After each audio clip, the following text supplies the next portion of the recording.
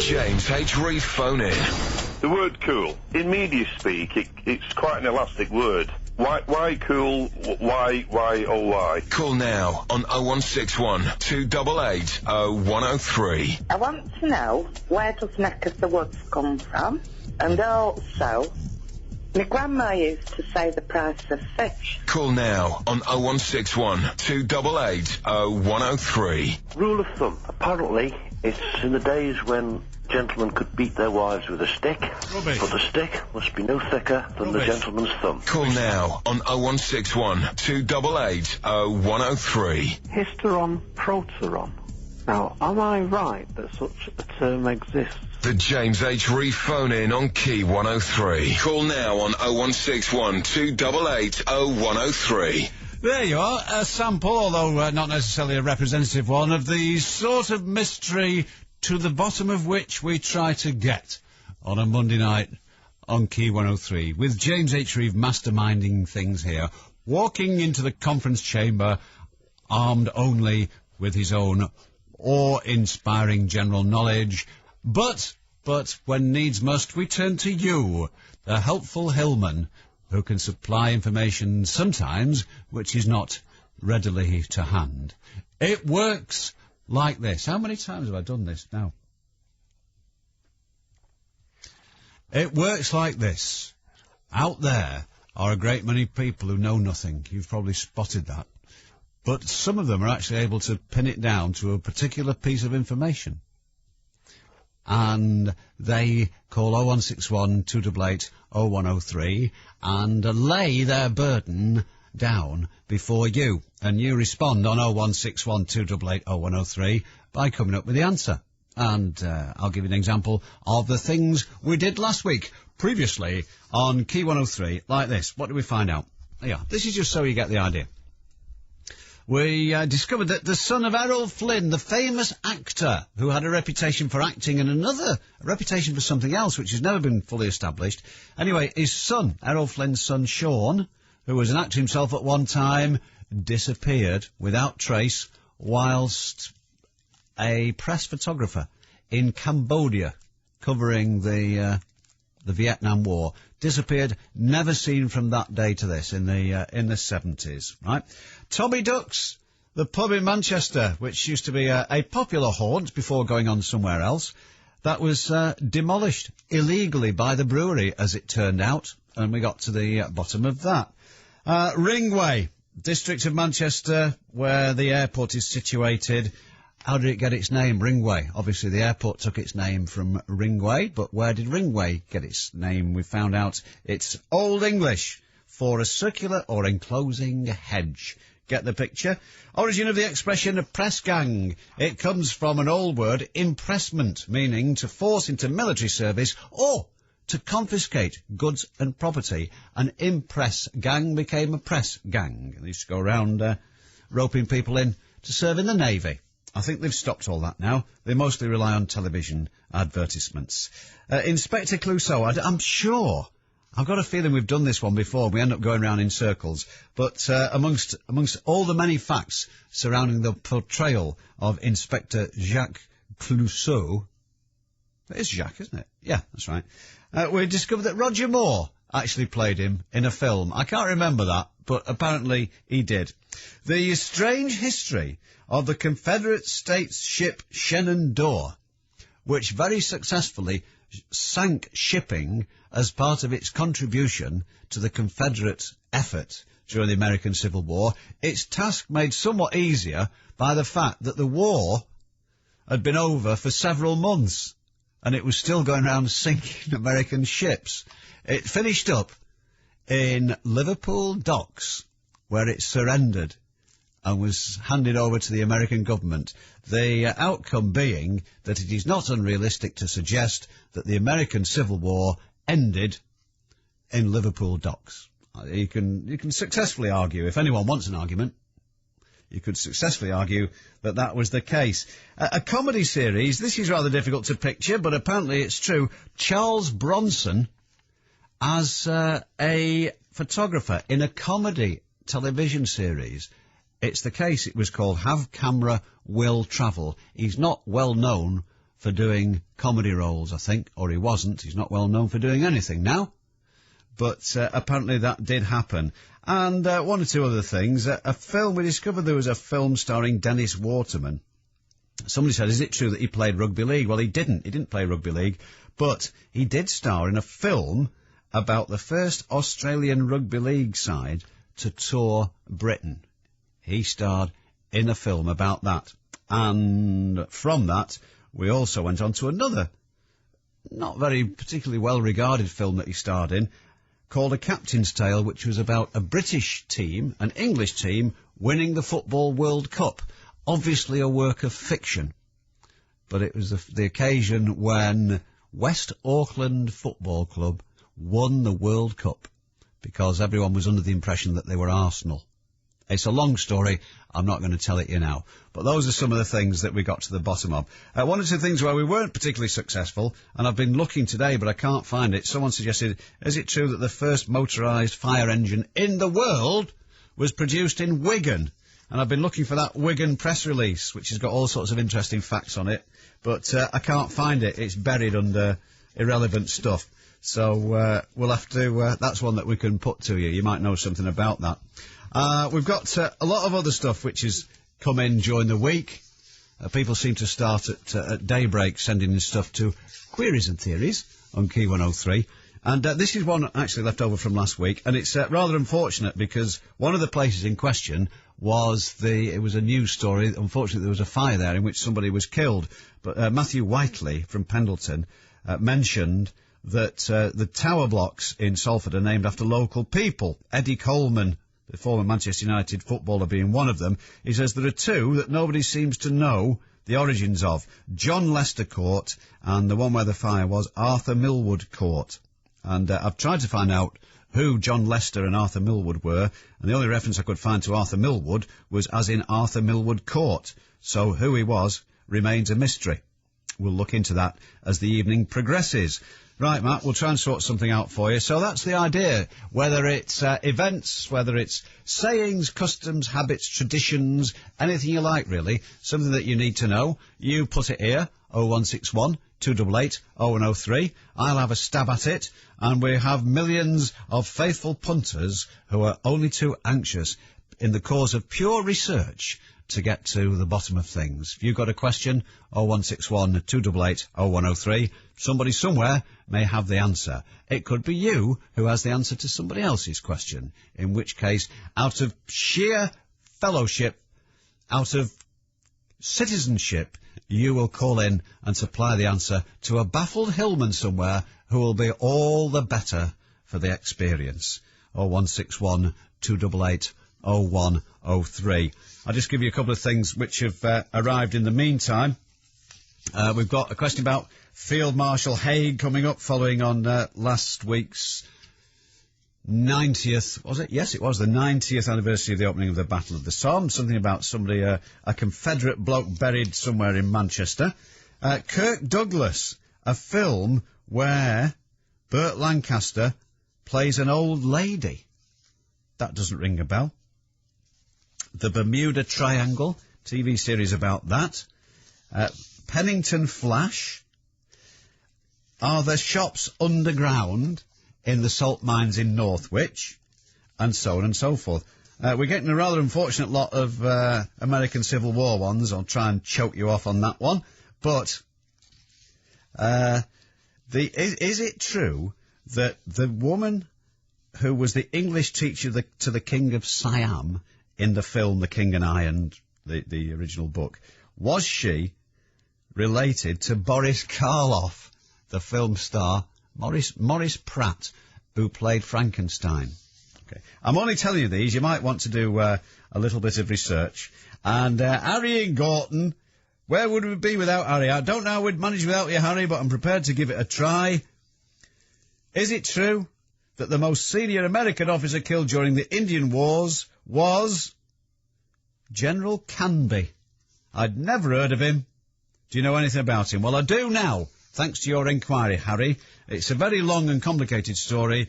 but it's a fact. All will be revealed as we make our way through the evening. Got the picture? Good. 0161 288 0103. It can be whatever you like. I mean, you know, not a riddle, or can you explain how they make steel? You know what I mean? You know what? I don't need to tell you. You know exactly the sort of tidbit of information that we're seeking. 0161 288 0103. Jackie will be wafting in from time to time to update us and point at pictures of shoes in magazines and say, aren't those nice? Which I don't remember being in a job description, but there you go. 0161 288 0103. If you want to visit the website, where there are many amusing things to delight you, including, doesn't take them long, does it? There's a Zinedine Zidane game already there.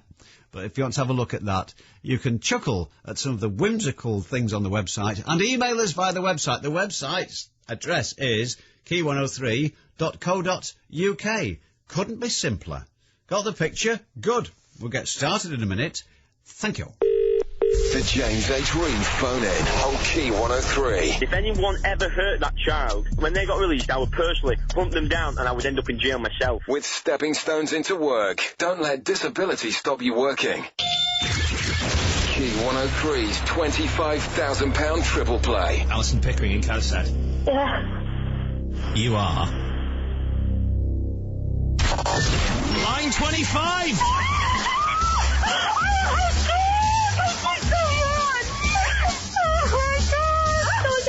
Cry. Oh my God, that's unbelievable. Thank you so much. God, I've been waiting for this for months. Thank you. Key 103's £25,000 triple play. On the only radio station big enough to give away £25,000. Keep listening for more chances to win all summer long.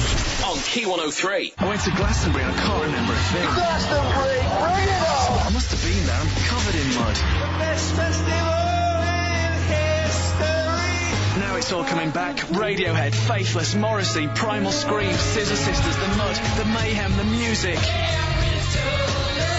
Solstice. It's a label, man. Glastonbury, the soundtrack to this year's 5-star Julian Temple film. On sale now. Thank you so much. That was brilliant. If you still need to send back your tax credits renewal form, do it now. Why? Well, a new earlier deadline of August the 31st means it makes sense to get it out of the way before the kids break up for summer. If you prefer, you can renew over the phone by calling 0845 300 3900. So don't put it off. Return your form or call us now. Otherwise, your payments could stop. Tax credits from Revenue and Customs. Renew now and make sure you're right on the money. News for drivers about the M56 Junction 7. The westbound exit slip road will close overnight this Friday and Saturday, while cones are removed and new markings are installed. This will allow a 70-mile-an-hour limit on the single-lane slip road and help avoid tailbacks while the extent of the improvement work is determined. That's overnight closing this Friday and Saturday, 9 p.m. to 5 a.m. at Junction 7 M56 westbound exit. The Highways Agency, putting motorway safety first. Can I help you, sir? Yes, I'd like to vote on the future of this bank. Ah, right. I'll just get a, ballot paper. There you go. I'm sorry, you've just written this. So? Well, it's to vote on your lunch. Yes, pork pie or Scotch egg. I don't know. All right. Should I grow a moustache or a goatee? I don't want to vote on that. Well, what then? Something of consequence about the bank, preferably. Ah, I see. Right. The new carpet, red or mauve? This is ridiculous. You're the one who wanted to vote. Can't handle being on the spot, eh? Imagine if I gave you something important to vote on. Unlike some places, at Nationwide we let customers, not shareholders, have a say in how we run our business. If you're an eligible Nationwide member, you'll receive a voting form complete with an easy quick vote option to make things simple. Just return it in the prepaid envelope or pop it in the ballot box at any Nationwide. And for each vote, Nationwide will donate money to disability sport events. Up to £100,000 in all. Look, I just want my voice to be heard, OK? Oh, right, well, try cupping your hand round your mouth like this. Hello? Hello? Nationwide. Proud to be different. Key 103 are bringing Muse, one of the UK's best live bands, to Manchester. passes go on sale this Friday, so don't miss out. Call the Key 103 ticket line on 08701 223 103 or book online at aloud.com. Muse, live at the MEN Arena on Friday the 10th of November, only with Manchester's official concert station, Key 103. The James H. Reeve phone-in on Key 103. Call now on 0161 288 0103. Right, let's get cracking straight away. Dean is in Denton. Dean, you're on Key 103. Yeah, right, Chief. Dean! How are you? Better than nothing. How are you? I'm not too bad, mate. I'm not too bad. Listen, what it is, I was going to mention it last night, actually, but I was told not to. Oh, right. By whom? Jackie. Oh, well, yeah. To save it to tonight, you see, because she was worried that you won't have any material. Right. And was she right? Oh, only time will tell, James. Yeah, only time will tell. There is that. Yeah. Anyway, I was in a taxi last night coming home from work. I'm actually on my way home from work now, but I'm on my bike tonight. Right, this is all interesting background material. Yeah, it is, really. Yeah. But anyway, I was coming home from work last night, and I was talking to a taxi driver about the World Cup, and I said, well, I was quite pleased that Italy won. So he asked me why, and I said, well, mate, I'm called Dino, sort of thing, and he said, oh, you're Italian? So I said, no, but... And he started going, oh, I said that was named after Dean Martin. My mum named me after Dean Martin. He said, he was from Ancoats.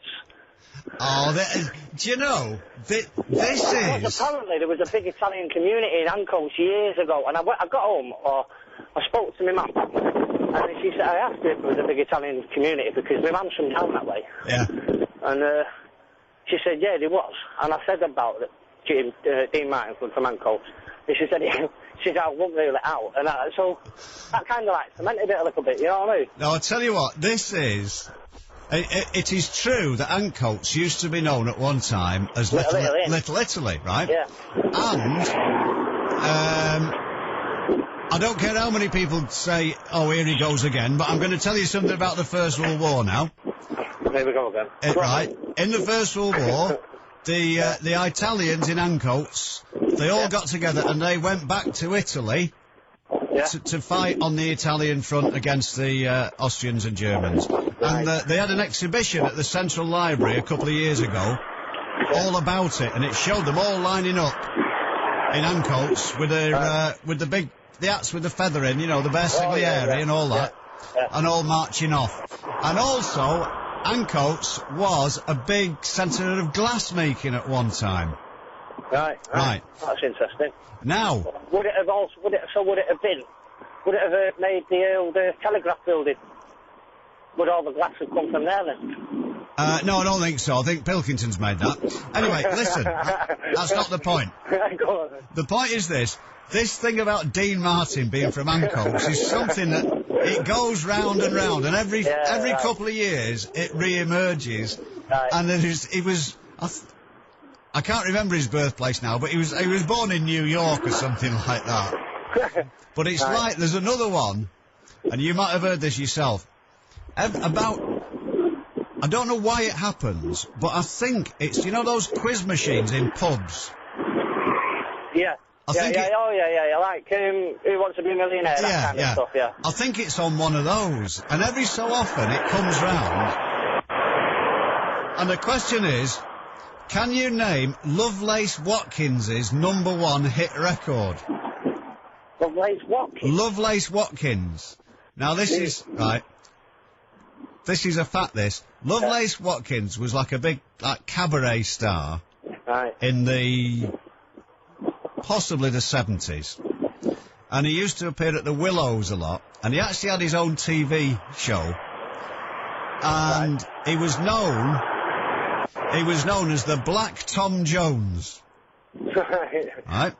And he did have a couple of 1 hour specials or something like that. And he ended up marrying a girl from Pendleton. Well, yeah. From somewhere off, she lived somewhere near the Willows. Oh, yeah. And he married her. But the thing is, he never had a hit in the charts at all. Never won. But this question comes round every so often. What was Lovelace Watkins' #1 hit? And there wasn't one. But that was his name, Lovelace Watkins. I think he's dead now, actually. Right. So there. I'll look out for that. Right. And I hope it comes in one of them categories, where you can win a lot of money. Yeah. But anyway. Right. But the point is, I'm sorry to disappoint you, but I don't think there is anything to support the view that Dean Martin was born in Ancoats. Right. I was hoping that he was. Oh, it'd be lovely, yeah. We could have a plaque and we could have Dean Martin Day. And a That'd give me an excuse. Give me an excuse to drink then. Yeah, not that I think you need one, Dean, but there you go. No, I don't actually. So I'm sorry to disappoint your old lady. And you. Oh, never mind. Cheers, mate. But my mate's half Italian, and he suddenly remembered it when he realised they were in the final. Yeah, conveniently. So, as I say, the gag going around at the moment is it's a good job they've won it, because they'd probably all be inside for the next one, won't they? What with one thing and another. That's just a joke. No libelous intent. Right, get off now. Sounds as if your drunken mates are all crowded into the phone box. That was Dean in Denton. No, I don't think there is any evidence to suggest that Dean Martin is from Ancoats, although it would be nice. Joan in Newton Heath. 0161 288 0103, by the way. 0161 288 0103. That's the number that Joan's dialed, and she's on Key 103 now. You see how I did that, Joan? Oh, very, very clever, that I know, it's just to keep it flowing, you know. Couldn't see the Joan at all. I know. James, who was Muggins? Pardon? Who was Muggins? I didn't realise it was a proper name until I got... I saw a young lady up for voting, and a certain name is Muggins, and I thought, hey up, I'll ask James, who was Muggins? But you know what they say, oh, do you think I am Muggins or something? You not heard that one, James? No, that's interesting. I always assumed it was an extension of taking somebody for a mug, which in itself is interesting, because why should a mug mean someone who's a bit, you know... It's an unfortunate name, though, isn't it? Muggins? For a politician, yeah. Muggins. I know two completely separate people, both called Paul Goggins. Oh, really? Yeah. That's an unusual one. I know two people. I mean, they're not related as far as we know, unless you go back to, the west of Ireland centuries ago, but, yeah. But Muggins, who was Muggins? Hang on, this is where I have to start trying to remember what I've done and what I haven't done now. I hate this bit, because my memory's not what it was. Oh, poor thing. Albert. Right, okay. Who was Muggins? Who is it you've come across who's called Muggins? It's somebody in the Labour Party. You know, and you have to vote every so often, and... that would make sense, yeah. And I thought, Muggins is a real name. I didn't think it was. Right, well, it must be, and whether there was an original Muggins who acquired a reputation... sounds like it, doesn't it? You know, like boycott and all that sort of thing. Somebody who gave the name for something. That's one, yeah. Newton Heath, that's not far from Ancoats, is it? No. No. You don't know... About Dean Martin? Yeah. I didn't like to ask. Bob Martin, probably, but... Dean Martin, no. And the house... Doc Martins, he was from there, but not Dean Martin. Right. What was his name? It was Dino Ginelli or something like that. Oh, no, that's Ice Cream, isn't it? That's Granelli, yeah. Oh, yeah, sorry about that. Yeah. Right, who was Muggins? Right, we'll look into that one for you, missus. Right, my love. Thank you. Thank you. Bye-bye. Cheery, bye now. We're turning them over now, you see, and the process begins. I'll tell you what is outstanding, what we're struggling with. Right, who was Muggins, courtesy of Joan? The origins, or after whom, those two blocks of flats in Salford were named. Arthur Millwood Court and John Lester Court. Tried finding out, but if you look them up, it just says, if you put Arthur Millwood into Google, then it just says all the answers that come up are Arthur Millwood Court. So it seems we've got a block of flats named after somebody, but nobody's got any idea why we named them after him, or who he was. So there. Arthur Millwood Court, and the other is John Lester Court. 2 tower blocks in Salford. Eddie Coleman, we know all about him, but we don't know who the other two are about. 0161 288 0103. Email's just come in from Sue in Denton, says, can you give out a bit of detail about the Bermuda Triangle TV series? Any idea when it was made or who was in it? Well, now I'm looking through my backlog here.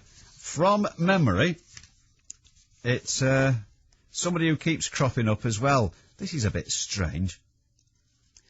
Ian McShane. Oh, here we are. Yeah, Samantha in Wigan. Does anyone remember a 70s science fiction TV series about the Bermuda Triangle? All I can remember is Ian McShane as one of Sir Francis Drake's captains, and he's been trapped there for 400 years. Blimey, he must have a terrible agent. Does it ring a bell with anyone? Well, not with me, no. Although Ian McShane was in something quite unexpected the other night. Can't remember what it was now. Anyway, that's it, yeah, Bermuda Triangle, apparently with Ian McShane in it. I don't remember that one. I was probably at work or something like that, so I didn't quite catch that. Okie dokie. Moira in Ancoats. Oh, she must be Italian.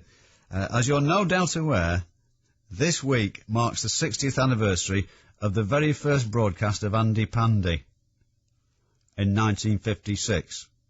Well, it can't be the 60th then, can it? It must be the 50th. Can anyone recall the names of the lady who used to tell the stories?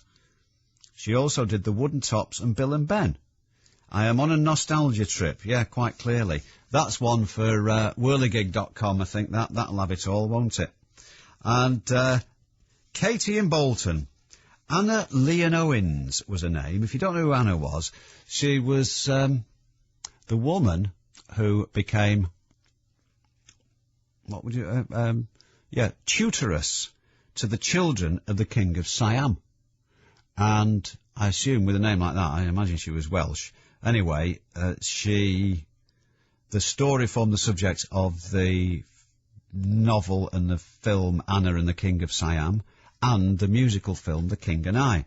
And Katie says, can anyone confirm that the real Anna was in fact the grandmother or auntie or something of the film star Boris Karloff?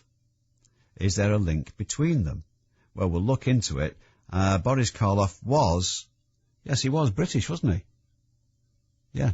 And his name was Morris... now, I knew that before and now I've forgotten. No, Cary Grant was Leach. What was his name? Anyway, any relationship between Anna Leon Owens and Boris Karloff? I don't know. New one on me. More about steamships and the American Civil War. What have I done here? And Tracy Cruz, really, in Flixton, said, I was fishing yesterday on the River Weaver in Northwich, facing the salt works. One of the other anglers said that there's an underground town there built for the mine workers. Apparently they saw a programme on TV that had film footage of shops and so on down there, and occasionally it's open to the public. Any truth in any of this? Well, I know they've got a museum, and I know that the salt mines are the biggest in the world or something, and you can quite happily drive big wagons about underground, but whether there's a town there, they might have a little snack bar where it would be all right to cook things, because I don't think you get explosions in salt mines, do you? But whether there's a town in that underground, I've not the faintest idea. If you know, an 0161 288 0103. And this one, this is Jane in Salford. This is films. We're getting a bit film heavy, aren't we? I think we'll have to tweak that. We'll have to be a bit autonomous about this, autocratic. Can I ask about a Kirk Douglas film where he's a criminal who is a master of disguise? In the film are Frank Sinatra, Burt Lancaster and Robert Mitchum, but they're so heavily disguised you don't realise it's them until right at the end. Burt Lancaster actually plays an old lady. Can anybody help with the title? I'm just trying to picture Burt Lancaster. That would take some doing, wouldn't it? No, I don't know anything about that, but clearly you've got pretty much the front rank of Hollywood at one stage, all in this film. It was Rock Hudson who used to... oh, never mind that. Okay, so that's a new one on me. I don't know. 0161 288 0103, if you can cast some light on these. And with some reluctance, I shall respond to Harry and Gorton This question about the most senior American officer killed during the Indian Wars was not George Armstrong Custer, who was not actually a general. He was, he called himself a general, but after the Civil War he was demoted to colonel. And so at the time of the Little Bighorn he was a colonel, but he used to encourage people to think that he was a general. So he wasn't when he was seen off at Little Bighorn on the 25th of June. General Canby. Yes, General Canby, and I'll tell you some interesting things about him, including the fact that there is at least one town in America which celebrates Canby Day. So there we are. I've got some stuff on that. And he is actually mentioned in a very, very famous film. Probably one of the most famous films of all time. There is a single reference to him in it. I'll tell you what it is in a bit. Right, let's get cracking. We're going to Salford in a moment, and doubtless elsewhere. Oh, it seems that we're going to a lot of places in a minute. 0161 288 0103. That is the magic number. I like that expression. I've made it up. The James H. Reeve phone in on Key 103. I'll go and get it. I'll go and put it in the bin. Oh, no, that's £75 fine. With stepping stones into work, advice and support to help you back into work. I went to Glastonbury and I can't remember a thing. Glastonbury, bring it on! I must have been there. I'm covered in mud. The best festival in history. Now it's all coming back. Radiohead, Faithless, Morrissey, Primal Scream, Scissor Sisters, The Mud, The Mayhem, The Music. Solstice. It's a label, man. Glastonbury, the soundtrack to this year's 5-star Julian Temple film. On sale now. Thank you so much. That was brilliant. The best way for families to enjoy Florida is with the Orlando Flex Ticket, giving unlimited access to 5 theme parks for 2 whole weeks. This includes Universal Studios with amazing movie action. Universal's Islands of Adventure, where you can feel the rush of adrenaline. SeaWorld with the killer whale Shamu. Wet n Wild with its pools and and Busch Gardens, where you can see wild animals up close. 5 must-do parks, 1 must-have ticket. Find out more at orlandoflexticket.co.uk. News for drivers about the M56 Junction 7. The westbound exit slip road will close overnight this Friday and Saturday, while cones are removed and new markings are installed. This will allow a 70-mile-an-hour limit on the single-lane slip road and help avoid tailbacks while the extent of the improvement work is determined. That's overnight closing this Friday and Saturday, 9 p.m. to 5 a.m. at Junction 7 M56 westbound exit. The Highways Agency, putting motorway safety first. Hey, James, where are you? I'm in a service station. The traffic's awful. You got there quickly. I bought a new Vespa LX. It's perfect for nipping around. Oh, nice. Had a pay rise, have you? No, this Vespa's going to save me so much money. And with 2 years interest-free credit, I couldn't resist. The Vespa LX50 or 125 now available with 0% finance for 2 years until the end of August. For your nearest dealer, visit uk.vespa.com. Terms and conditions apply. Oh, gotta go, mate. The crowd's really growing, and that's just around my Vespa. If you claim incapacity benefit, but you want to get back to work, there are some questions you'd probably like answering. For example, what companies would employ me? And how will it affect my benefits? Then you've got the other issues, such as have I got the skills to go back to work?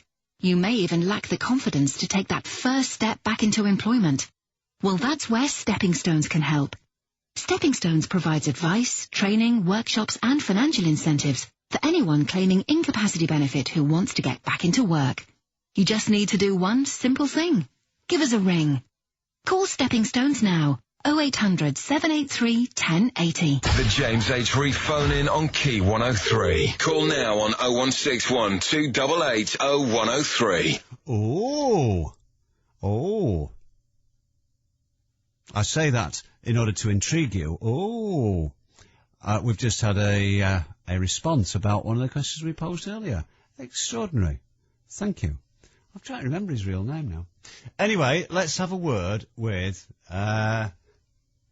Janet in Salford. Janet! Hello, James. Hello, Janet. Janet and James. Right. Are you a Salfordian?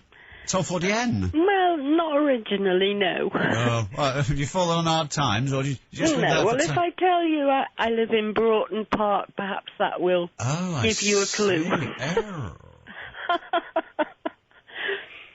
Any road up, yes. Pardon? Any road up. Any road up, yes. The question you posed about the woman who did Andy Pandy and one or two others. Oh, God, yeah. I think it was Annette Mills. Annette Mills. I think so. Right, now I mean, you know, I know it's like God knows how many years ago, and I can't remember what happened 2 minutes ago. I'm finding that now. Well, I can remember what happened 30 years ago, but I can't remember what I did yesterday. Exactly. I can't remember what I did this morning, but I can remember that. Yeah, for me tea last night. Yeah. Annette Mills. I think it was. Right. I think so. Now, we'll pursue our inquiries here because I know it does ring a bell. Yeah. Annette Mills, and Yeah. I will not tolerate any cheap jokes on the subject, was involved... You know, and she was doing, Andy Pandy's coming to play. Yes. Oh, that's lovely. I think it was her, anyway. Well, I know she was involved with Muffin the Mule. Oh, yes, she was. Right, yes. Now, Maybe all right. that's what I'm thinking of. We're all telling it our own jokes now. Right. And I tell you what...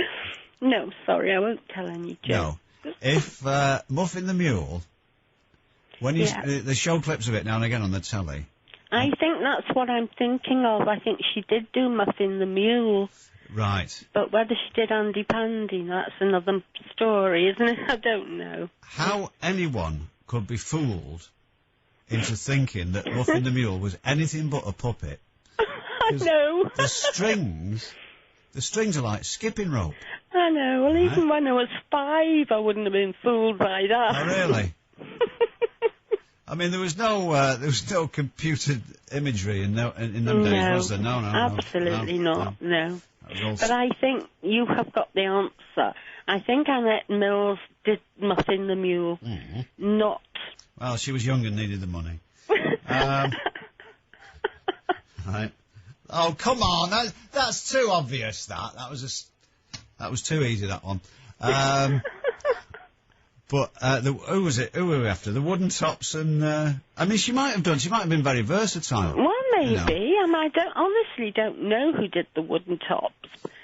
And obviously I don't know who did Andy Bandy. Because she did Muffin the Mule. Well, I won't press you on Ragtag and Bobtail then in that case. Oh, no, because I don't have a clue. No. All right, well, we'll put... Annette Mills she might have had a contract to do a lot. You know, she might have specialised in... puppet narratives. I've no idea. Much obliged. Let's go to Dave also in Salford for an answer to something. Dave, you're on Key 103.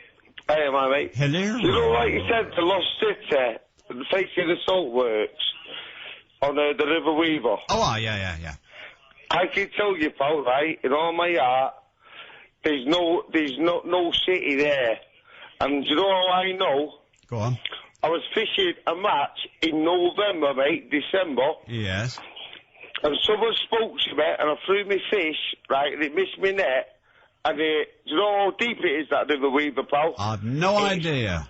I had no idea neither, pal. But I'm prepared to take your word for it. I was sat on the bank like that. Yeah? Sat there, right, I had welly bobs on. Yeah? And my fishing net's there. Yeah. And I threw the fish, right, because someone was talking to me. And it landed in the weeds. Well, I'll go to So, her house. right, you're Lost City, mate. When I put my foot on them weeds, I went right down, pal. And got washed away down that River Weaver. In a burning ring of fire. And you know what? Yeah. And I said to the fellow, help. And he said, you can't help no one in a fishing match. No, and his name was Tommy Knox.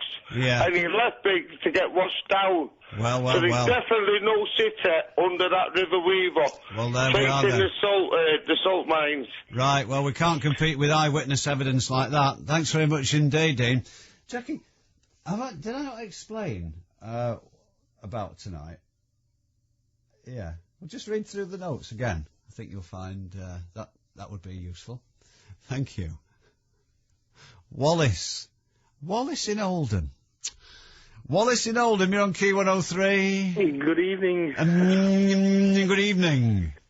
Right. Are you in your right mind? Yeah, of course I am. All right. Mind you, we've only got your word for that. Yeah. Well, let's see how we go on. All right.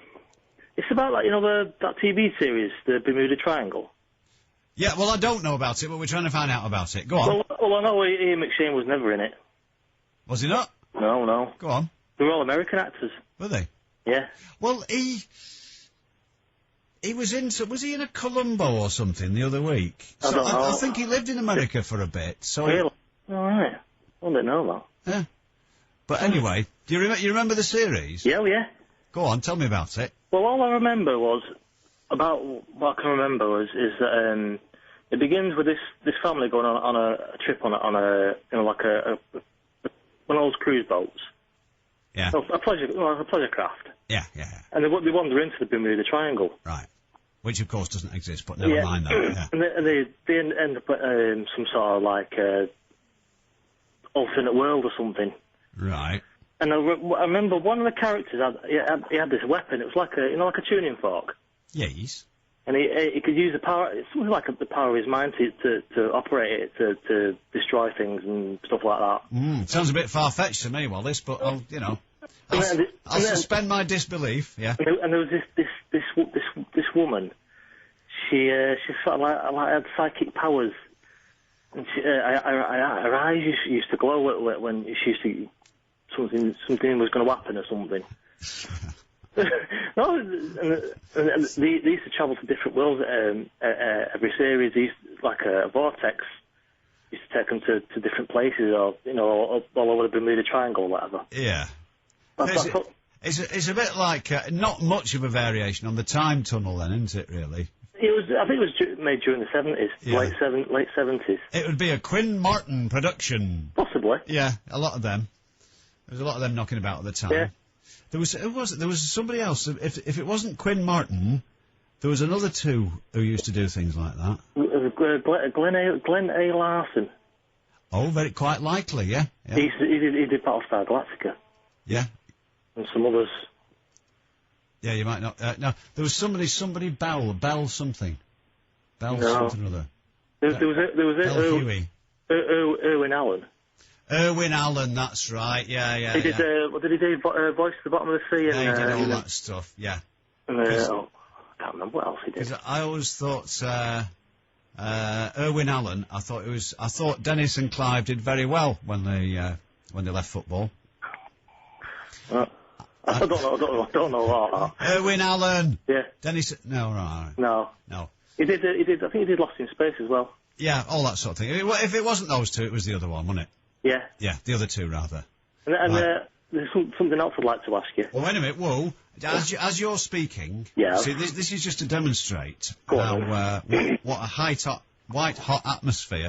What did I say then? White hot atmosphere. Yeah. This is we generated here. Right. In the engine room. All right. Moira in Ancoats says there was a 70s series about the Bermuda Triangle called The Fantastic Journey. Fantastic Journey. Ian McShane played Sir James Camden, an Elizabethan sailor. And he kept asking if Elizabeth was still ruling in England. Oh, yeah. And he couldn't understand that it was a different Elizabeth because he thought it was 1600 and odd. All right. I hope this helps. Doesn't ring a bell. I'll have to look into that. He's done more than you think, hasn't he, Ian McShane? Yeah. I remember something called The Fantastic Island. Was that a TV or a film? TV series. Oh, I can't remember that. Oh, we're getting bogged down in old television now. Right, yeah. Yeah, and there was a film as well where, again, they were all trapped in the like the Sargasso Sea. Yeah. What was it called? No. I don't know. And they were all there was all sailing ships, and all galleons and that, all been there for donkey's years, and they all walked about on the top of it with like balloons to give them a bit of buoyancy. What? And then in the middle of it was this monster living in the hold of a ship. And it was supposed to be you know, if you're like 12, it frightened the life out of you. Now you can see it's all like made of rubber and that. But it had, they used to open this hatch and it had its big horrible mouth inside and they used to throw people in it and what have you. But that was a film, that was at the pictures, that. Doesn't ring a bell to me, that. What was it called? Was it called Terror Island or Hideous Island or Really Unpleasant Island? Something like that. All right. Yeah. Well, doesn't know. Right. Doesn't ring any bells with me.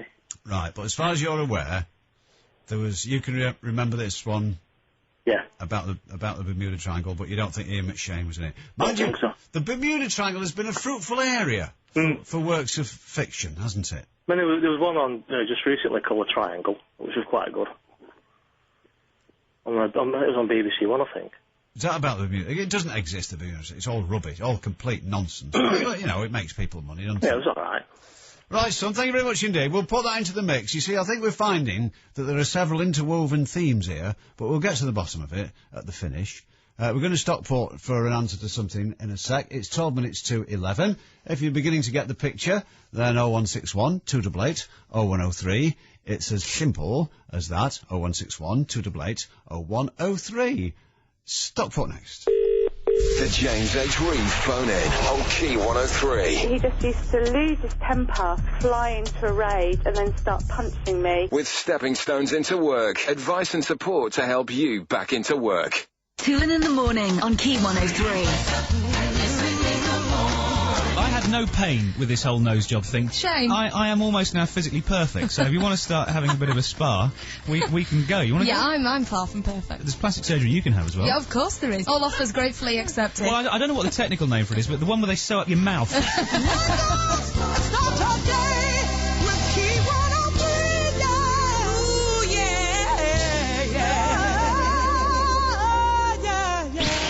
I went to Glastonbury and I can't remember a thing. Glastonbury, bring it on! I must have been there. I'm covered in mud. The best festival in history! Now it's all coming back. Radiohead, Faithless, Morrissey, Primal Scream, Scissor Sisters, the mud, the mayhem, the music.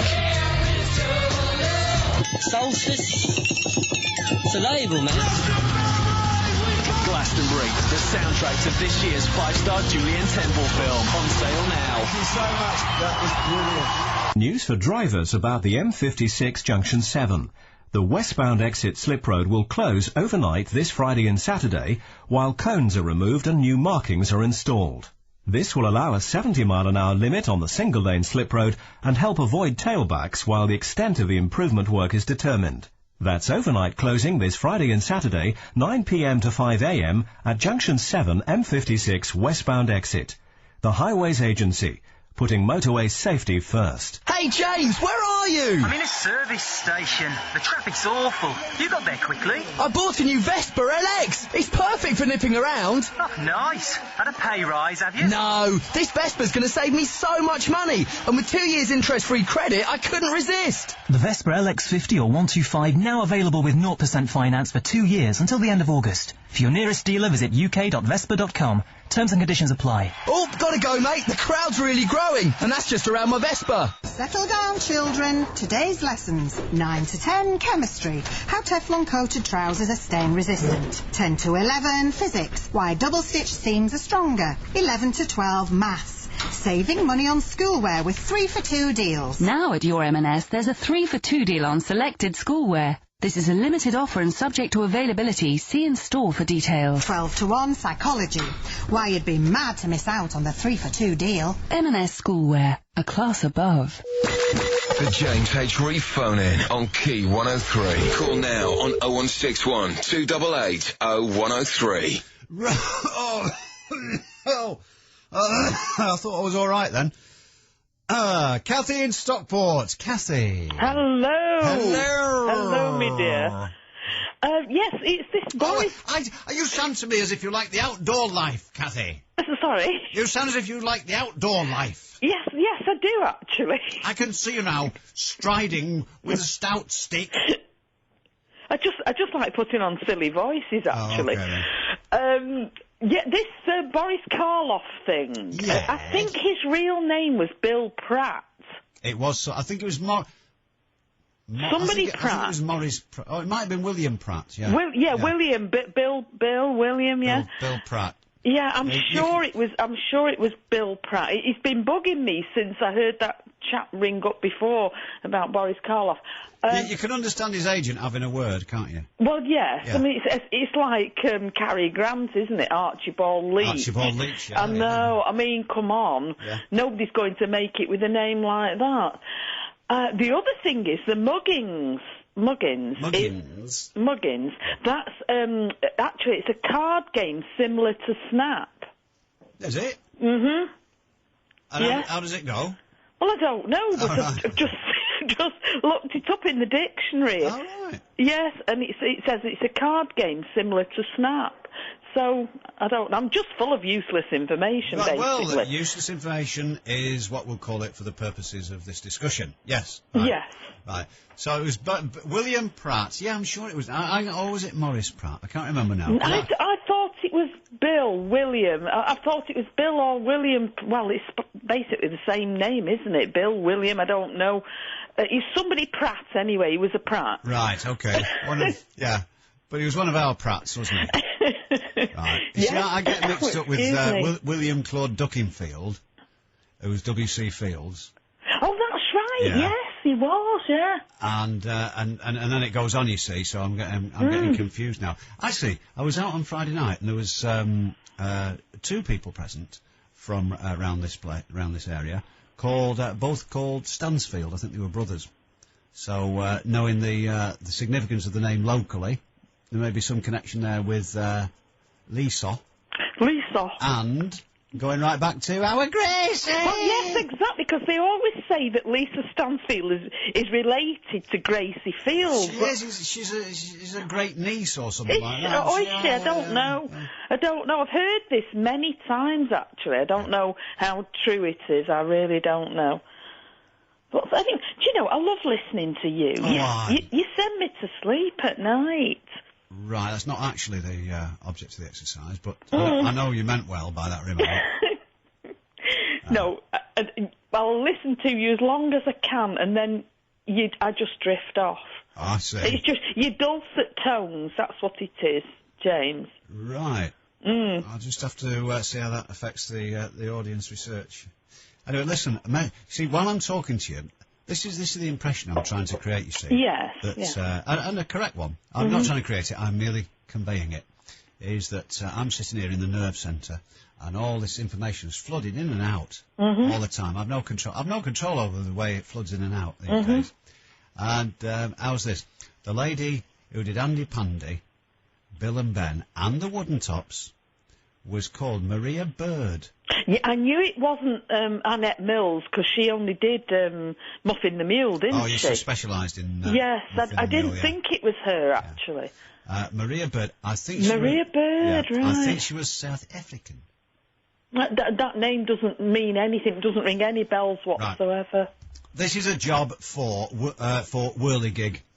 Whirligig.com. It's for all the old kids' TV series and grown-up TV series and all the rest of it from the 50s, 60s and 70s on there. Well, I was born in 50, so I do remember all those programmes. Oh, I'm only speaking from I'm only describing what I've gleaned in my extensive research, you see, because I'm only 38, so I couldn't possibly be expected to remember that. The film about the Sargasso Sea was called The Lost Continent. Oh, gosh. That doesn't mean anything at all. I don't remember that. I could say, it was a strange thing that they were walking about with, like, big snowshoes on, so they could walk on the surface of all this seaweed, but they had, like, helium balloons fastened to them. But nobody explained where they got the helium from, because it's not a naturally occurring thing, except in the sun.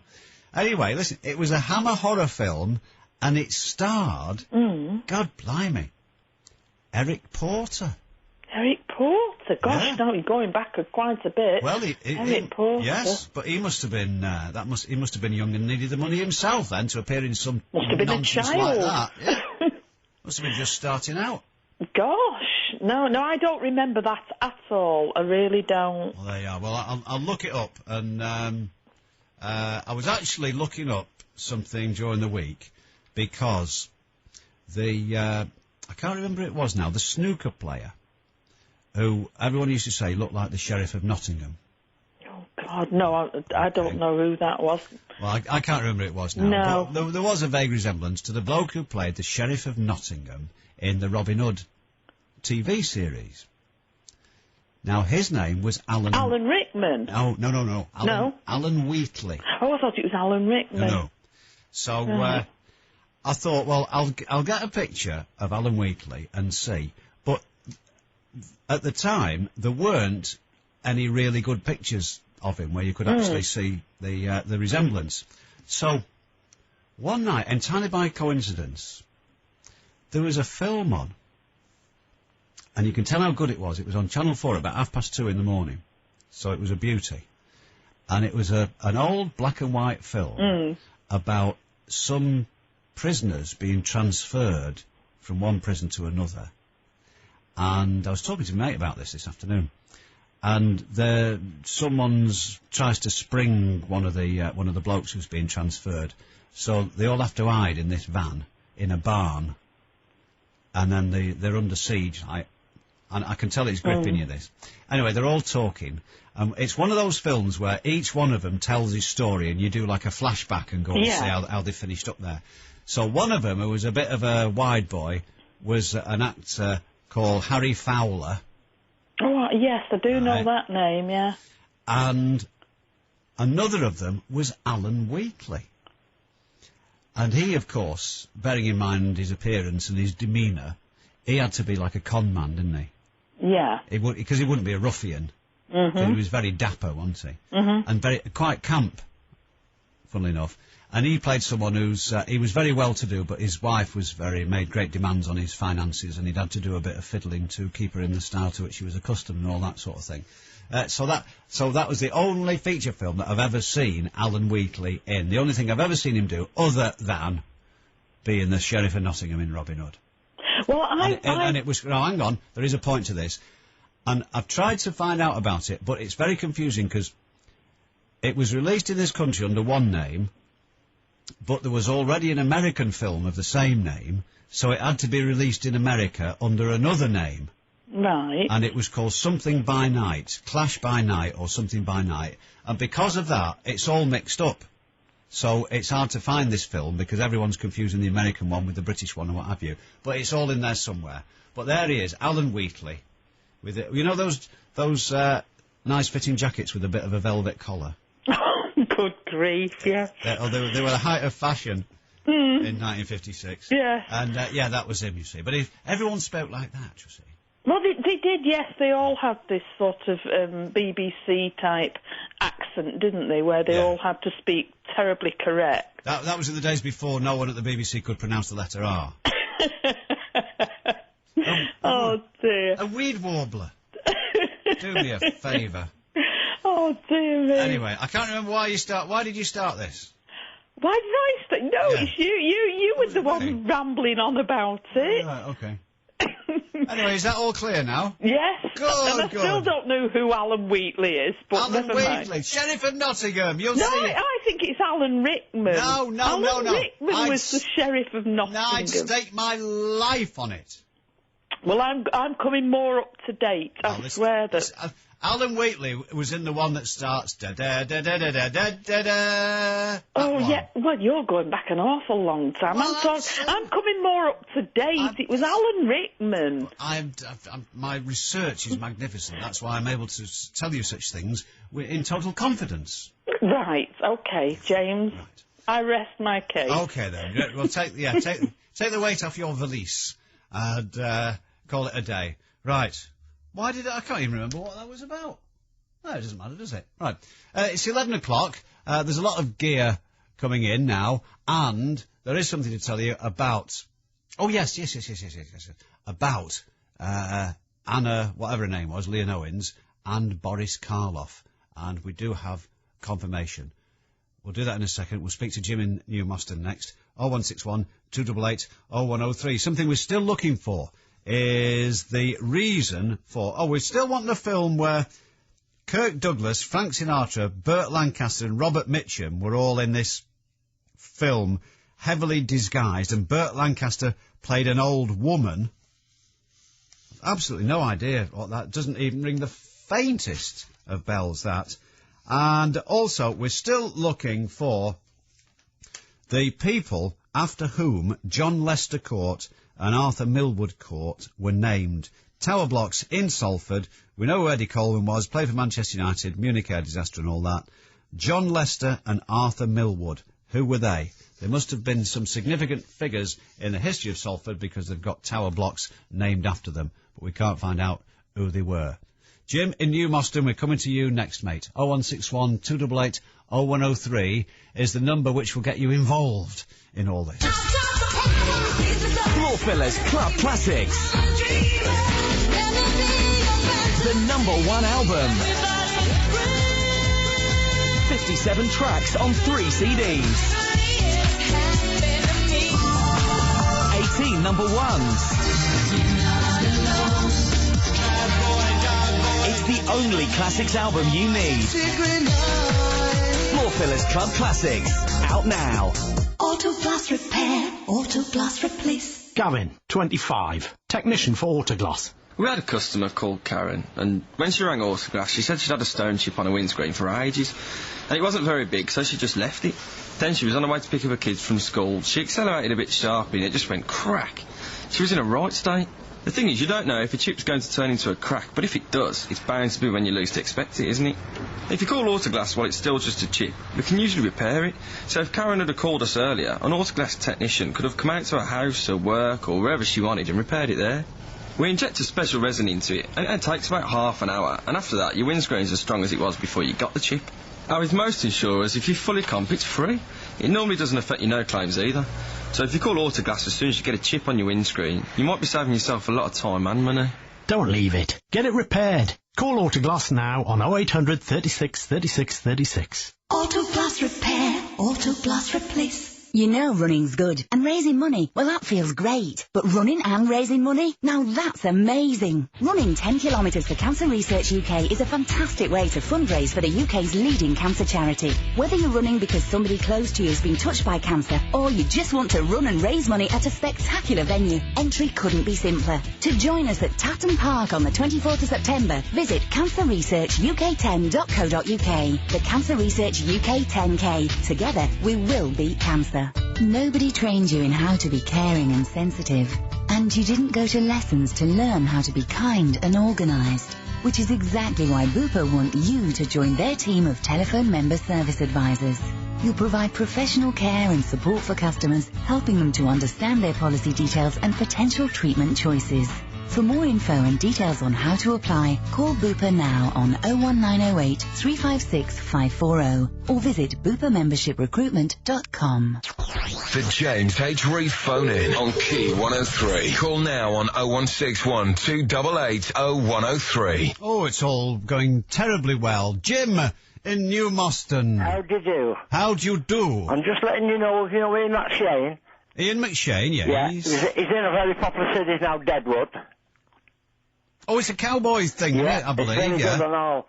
It was also in Colombo, where he got shot last week. I think it was on in the background. Yeah. And I remember, because it's starting to worry me a bit, because we had this long discussion about where he was born, and it turned out he was born in Davy Hume Hospital. Yeah. And then somebody said they used to see him playing golf, or he used to play golf with him or something. And then he's cropping up in all sorts of things, and I put Colombo on, and there he is in that. Well, Colombo is only in for about 10 minutes, it surprised me. Oh, right. Yeah, somebody shot him. And then there's his old Lovejoy series, which keeps popping up. Mm-hmm. And I also remember he was a Spitfire pilot, a Sergeant Spitfire pilot in the Battle of Britain. Was he? Yeah. I don't remember that. Hang on, I can feel an attack of Johnny Briggs coming on now. It's sort like that, yeah. Yeah, the main part is when he comes home on leave and he's looking where all his parents' houses have been, blown up and he's looking for where it is. I think he finds them in the railway station underneath the tube. Yeah. Yeah. Well, there was all sorts in it, wasn't there, the Battle of Britain. But he was a sergeant, and he was just doing normal work, but he ended up as a Spitfire pilot, yeah. Right. Yeah. Right. I'm much obliged. Thank you. Okay. Right. Is that it? Just purely all Ian McShane based, that was it? Yeah. Right. Thank you very much indeed. Okay, thank you. I can see. Thank you. Much obliged. I can see we're going to have to do an Ian McShane special, aren't we? We're going to have that forced upon us. He does a lot of voiceovers as well, where he's got a kind of mid-Atlantic accent. I don't know if you've noticed that. Right, John in Bagley. John, you're on Key 103. The one concerning Kirk Douglason and the rest of them, I think it was called The Tale of Adrian Messenger. Was it really? And it was filmed mainly in Ireland. Yeah. And at the end of the film, they sort of, I don't know what you'd call it, at the end of the film, they all got together and they took their mask off. Right. And they weren't the right people to the corresponding mask. Say, Kirk Douglas take a Kirk Douglas mask off and it'd be John Wayne underneath it. Right. That type of thing. It Right. was a real... And So it was a sort of a mystery film, and in one part, someone had to, I think it might have been Kirk Douglas, jumped over a wall, and on the other side of the wall was a haymaking machine for him to be speared on. Oh, really? Yes. Oh, it sounds very... The Tale of Adrian Messenger. The one concerning the voiceovers on the wooden tops, I thought it was a lady... She did one called Picture Book, called... and her name was Patricia Medina, an actress. All right. A dark-eyed, very glamorous lady.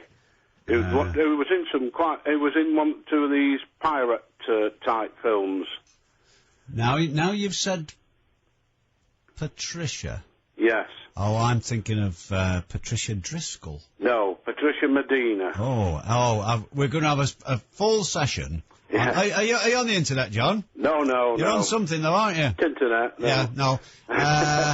We'll have to have a look at whirligig.com and get to the bottom of this. Can I just ask you one more? But of course. Do you ever remember it was a bit like a Bilko type thing, where a chap got called up to do his conscription in the American Air Force. There was no flying involved, and he was called Stockdale. And he was on permanent KP duties in the cookhouse. Very big, broad lad, talked with made out to be a bit dim. And I could never understand. They called it kitchen police in America. We call it kitchen porters in England. Right. I don't see what they called it kitchen police for. But this fella Stockdale, it was an American... He was based on doing his sort of national service, as they might... what the equivalent of? Call it being drafted. They call it. Yes, that's right. And he was called Stockdale. Stockdale. Yeah, but I don't know what the programme was called. About an American serviceman. Yes. Doesn't ring a bell with me at all. That. No, it was quite a programme because where I worked, we used to have a chap who was similar, and we called him Stockdale. Well, yeah. You do. I remember. I don't know whether this has got anything to do with anybody, but when my dad worked at Newton Street sorting office, yes, there was a bloke there called Evans. That's my name. It never is. Oh, you might find this very offensive then. Oh no, it can't be. No. But one of them had and then another bloke called Evans. Yes. Joined. So it made a bit difficult, for communicating. Oh well, in the army, listen. I know, like Zulu, innit? Yeah, they call them Williams. The numbers, the last numbers. Yeah. Well, listen. No, but this is a bit more sophisticated than that. Oh, because one of them, his first name began with S, and something that everybody noticed about him was that his feet stunk. Because some people do, don't they? Not so much these days, but there was a time when some people's feet used to stink. That's right. Yeah. And, well, I tell young people that nowadays and don't believe you. So they used to call him Smelly Evans. Oh, yeah. And the other Evans, his initials were CF. So they used to call him Clean Feet. Yeah. You know what I mean? Bit of post office humour for you there. That's right, yeah. Very good. Yeah. They're noted for it. Stockdale, an American bloke doing his national service, he was called Stockdale, something to do with him being on permanent duties in the cookhouse, right? Doesn't ring a bell. Help John from Bagley. Help him, would you? 0161 288 0103. Just bear with us, hold yourself back, because Jackie can't get to you just at the moment, because she's here. And we're going over to the email desk. That was a little one, that one. Little wasn't it? Raquel just Tiny. popped out there. Little cute one. One of those that really, it doesn't really come out, it just moves around your throat a bit. Oh, yeah. Do you get those? Gurgly ones. Yeah. Yeah. No sick involved there. No. Oh, Good. it's quite nice burping sick, isn't it? No, it's horrible. You taste it for ages afterwards. Drinking a load of tea. Oh. Okay, then. Anyway, Dave in New Moston says, I remember watching an episode of Antiques Roadshow on a rainy, boring Sunday, and one of the experts, Paul Atterbury, was evaluating Andy Pandy memorabilia. Not only did he state that it was his mother who presented the programme, but he also mentioned that Andy Pandy was modelled on him. Hope this adds fuel to the fire. Give over. Apparently so, according to Dave. Paul Atterbury? Yeah. Oh, Atterbury. Paul Atterbury. Right, we'll have to have a look at that then. Okay. You put that in... Pending. Pending, yeah. Thank you. John in Salford says, hi James, that film where Burt Lancaster played the old lady was called The List of Adrian Messenger. I think that's what John just said, didn't he? Ish, yeah. Tony Curtis was another disguised guest star. Anyway, Kirk Douglas was murdering everyone on the list of the title. George C. Scott was the detective who was after him. Oh, right. I'll have to look into that one. It does. This does not ring a single bell. Hi, honey, says Sue in Denton. The lady behind Andy Pandy, Bill and Ben and the Wooden Tops was Maria Bird. I think she was South African. That film about the Sargasso Sea? That would be Sargasso. Sargasso Sea. No, Sargasso. Sargasso. Yeah. Okay. Sargasso. It's spelt with an O here, sorry. Right, it was called The Lost Continent and starred Eric Porter. I think it was a Hammer horror film. Yeah, before... he must have already... Yes, he must have already familiarised himself with the Von Trapp children by then. Yeah. Very good. Oh, well, you live and learn, right. And this is very interesting from Sam in Clayton. What's that, then? And reads, hi, James. I briefly remember one of my history teachers claiming that Gorton got its name after a brutal and bloody Saxon war took place, and the name is a variation on the term Gore Town. Is this true? Well, we'll certainly look into it. Our local historians often rise to the occasion here, although, it has to be said, no one's been particularly successful when it comes to Arthur Millwood Court and John Lester Court. Yeah. Why is that? I don't know. Normally people are very good with those kind of things, but no one's going to the trouble, are they? There is supposed to be some warlike, some bellicose connection with that neck of the woods, Gorton and Denton. There's Dane Bank, and Denton is supposed to have been Dane Town, and this sort of thing. And there is supposed to have been something kicked off there. Gore Town makes sense, though, doesn't it? It does, but don't fall into the trap. It's all too easy to fall into that sort of trap. I've done it myself many a time. Anyway, right, we'll look into that, because we did all right with Ringway, didn't we? Find out what that was all about. Yeah, we did. Good. How about this, then? Anne in Astley. Go on. You ready? Yeah. It is true that the real Anna, as in Anna and the King of Siam, the governess of the King of Siam's children. Right. And there were 2 films, I think she was Welsh, 2 films made about it. A non-musical one called Anna and the King, and a musical one called The King and I. The King, I was just about to say that. Yeah. Okay. Getting to know you. Getting to know all about you. I went to see that at the Palace Theatre. You never did. I did, it was great. Good. There you go. Anyway, the real Anna and Boris Karloff were related. Boris Karloff was her great-nephew. There was a documentary about her at Christmas, and there was an old clip of Boris Karloff talking about his great-aunt. There you go. So there you go, that's an amazing thing, isn't it? Isn't it incredible? And I tell you what I've noticed as well. You remember a never-to-be forgotten Zulu special?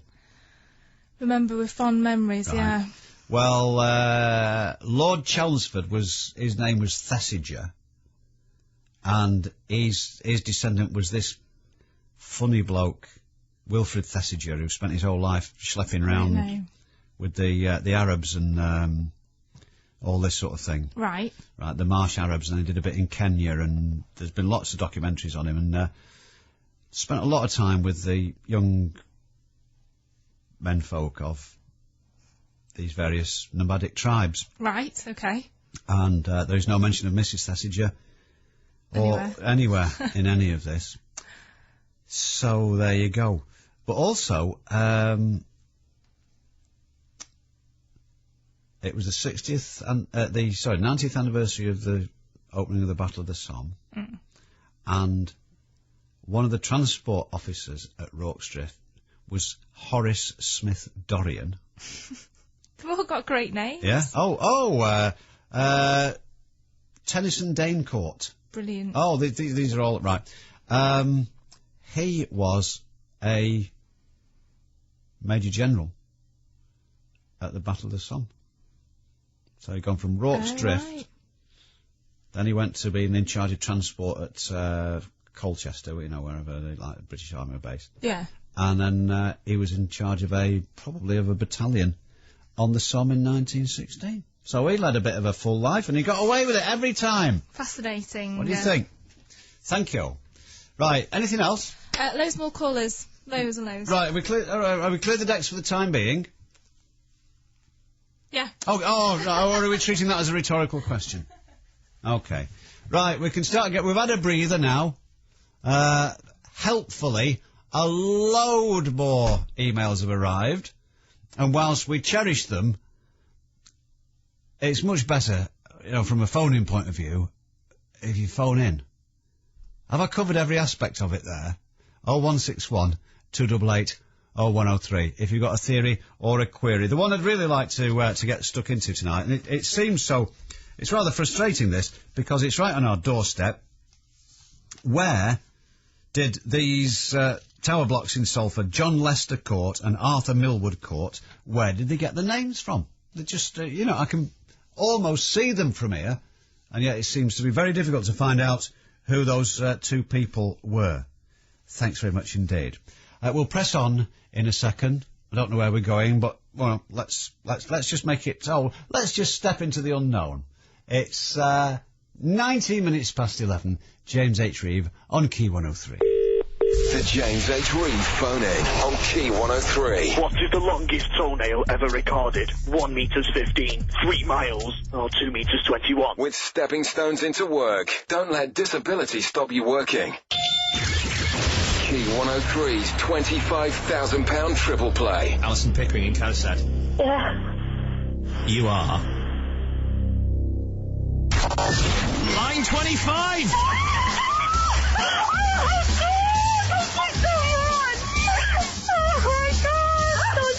Cry. Oh my god, that's unbelievable. Thank you so much. I've been waiting for this for months. Thank you. Key 103's £25,000 triple play. On the only radio station big enough to give away £25,000. Keep listening for more chances to win all summer long. On Key 103. I went to Glastonbury and I can't remember a thing. Glastonbury, bring it on! I must have been there. I'm covered in mud. The best festival in history! Now it's all coming back. Radiohead, Faithless, Morrissey, Primal Scream, Scissor Sisters, The Mud, The Mayhem, The Music. Solstice. It's a label, man. Glastonbury, the soundtrack to this year's 5-star Julian Temple film. On sale now. Thank you so much. That was brilliant. Can I help you, sir? Yes, I'd like to vote on the future of this bank. Ah, right. I'll just get a, ballot paper. There you go. I'm sorry, you've just written this. So? Well, it's to vote on your lunch. Yes, pork pie or Scotch egg. I don't know. All right. Should I grow a moustache or a goatee? I don't want to vote on that. Well, what then? Something of consequence about the bank, preferably. Ah, I see. Right. The new carpet, red or mauve? This is ridiculous. You're the one who wanted to vote. Can't handle being on the spot, eh? Imagine if I gave you something important to vote on. Unlike some places, at Nationwide we let customers, not shareholders, have a say in how we run our business. If you're an eligible Nationwide member, you'll receive a voting form complete with an easy quick vote option to make things simple. Just return it in the prepaid envelope or pop it in the ballot box at any Nationwide. And for each vote, Nationwide will donate money to disability sport events. Up to £100,000 in all. Look, I just want my voice to be heard, OK? Oh, right, well, try cupping your hand round your mouth like this. Hello? Hello? Nationwide. proud to be different. When you are the biggest, you don't need to shout. Like the Benson's for Beds half-price summer sale. They've got a huge choice of styles, from magnificent designer bedsteads to the latest in that amazing memory foam technology, and all at the most unbelievable prices. The Benson's for Beds half-price summer sale is now on. Over 230 stores nationwide. For your nearest, call 0808 144 0000. Hey, James, where are you? I'm in a service station. The traffic's awful. You got there quickly. I bought a new Vespa LX. It's perfect for nipping around. Oh, nice. Had a pay rise, have you? No, this Vespa's going to save me so much money. And with 2 years interest-free credit, I couldn't resist. The Vespa LX50 or 125 now available with 0% finance for 2 years until the end of August. For your nearest dealer, visit uk.vespa.com. Terms and conditions apply. Oh, gotta go, mate. The crowd's really growing, and that's just around my Vespa. You know running's good, and raising money, well, that feels great. But running and raising money? Now that's amazing. Running 10 kilometres for Cancer Research UK is a fantastic way to fundraise for the UK's leading cancer charity. Whether you're running because somebody close to you has been touched by cancer, or you just want to run and raise money at a spectacular venue, entry couldn't be simpler. To join us at Tatton Park on the 24th of September, visit cancerresearchuk10.co.uk. The Cancer Research UK 10K. Together, we will beat cancer.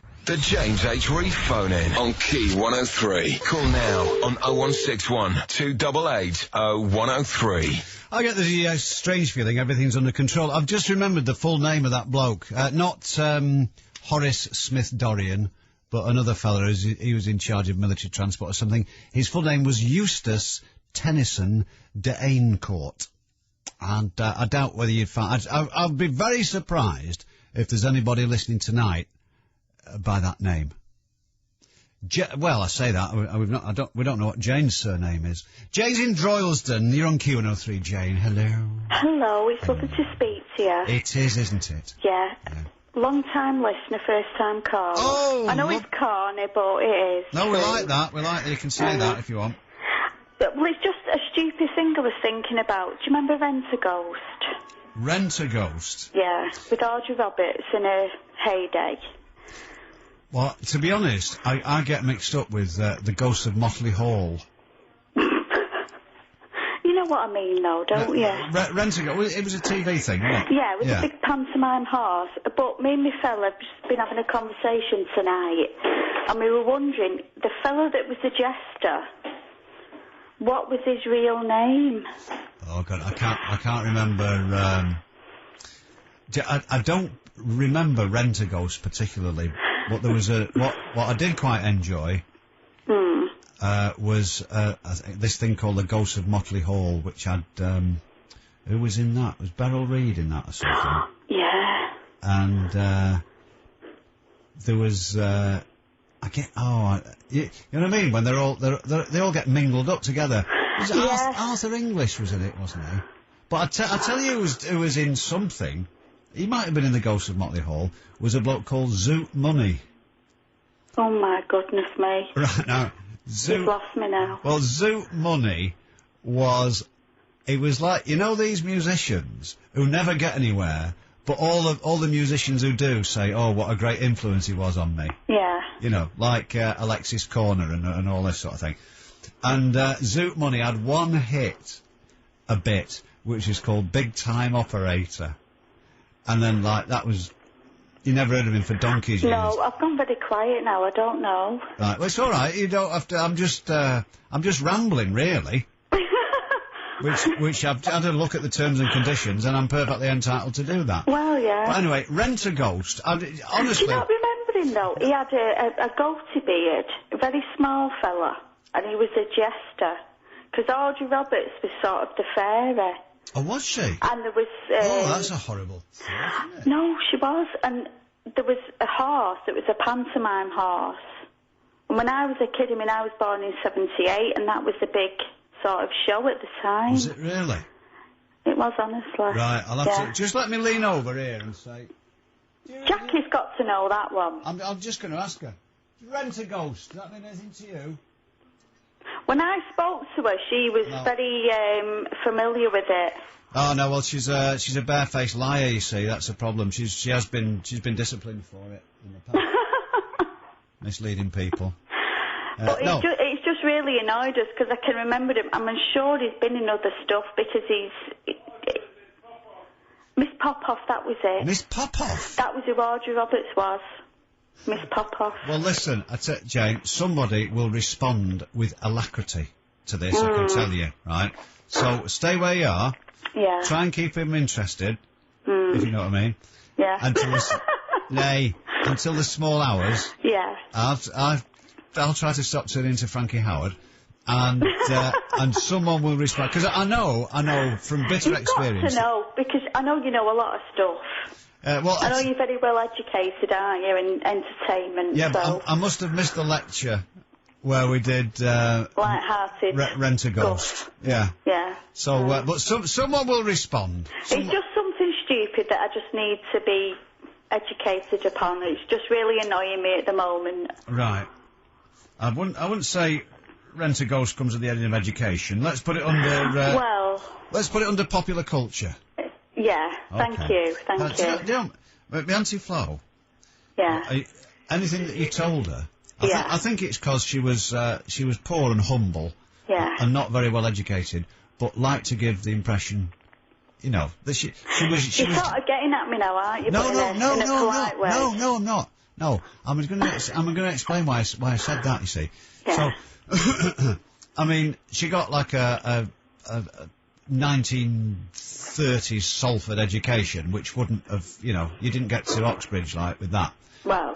But she had every admiration for people who were knowledgeable. You see. Yeah. And therefore, if anybody told her anything, she couldn't think of anything to say. But what she'd always say was, when you'd finish, she'd say, "Oh, see." Oh, well, listen. Wait, listen, let me finish. You're the right one, you. No, timing's everything. This is what she would say. This is why I said it. She'd say, "Oh, really?" And then she'd say, "What would that come under?" Right. So, if you said, "Oh, well, that'd be under history, that Auntie Flo," yeah, she'd go, "Oh, right, right," because she was, as long as she knew what it came under, she was happy then. Yeah.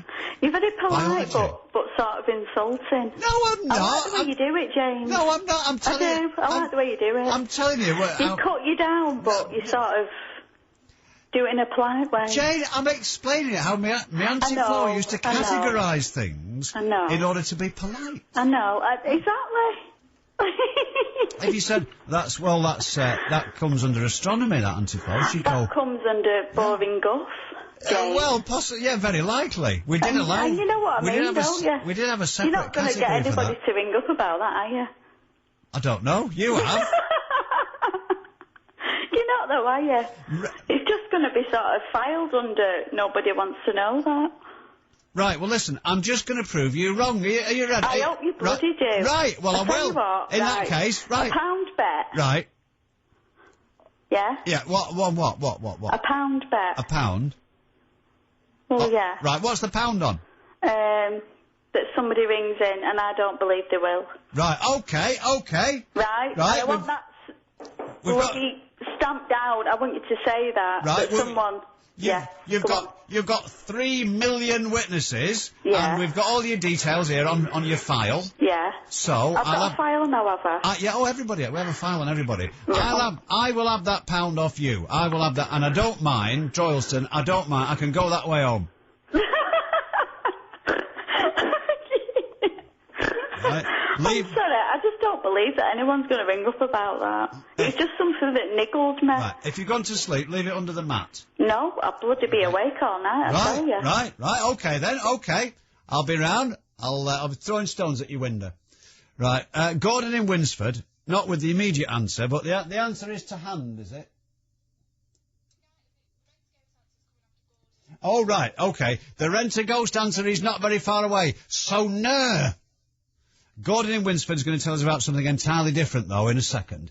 It's 11:30. Well, this is extremely accurate and attentive of me, isn't it? Very conscientious. Just turned 11:30 on Key 103.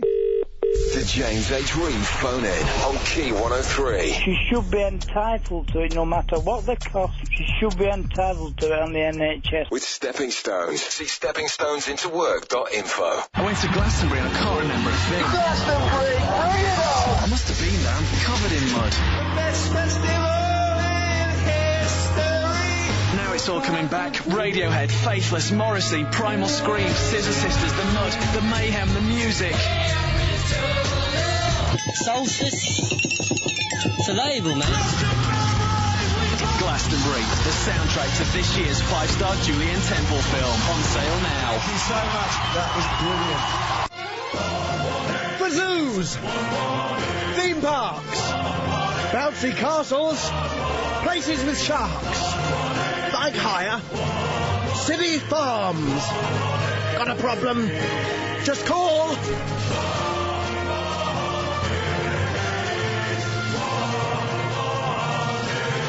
Come on, kids. Calls cost 14p per minute from most landlines with a 59p one-off charge, but calls from other networks may vary. Can't wait to get on holiday. Cosmos has thousands of holidays ready to go. To book, call 0870 145 5000 or click cosmosholidays.co.uk. Go book it. So after 7 years living with quite a large man in quite a confined space, it is a bit ooh to be free. And everyone's in couples now. Even thrush treatment comes in twos. I opened the box. There's an Adonis tube with its pessary girlfriend spooning.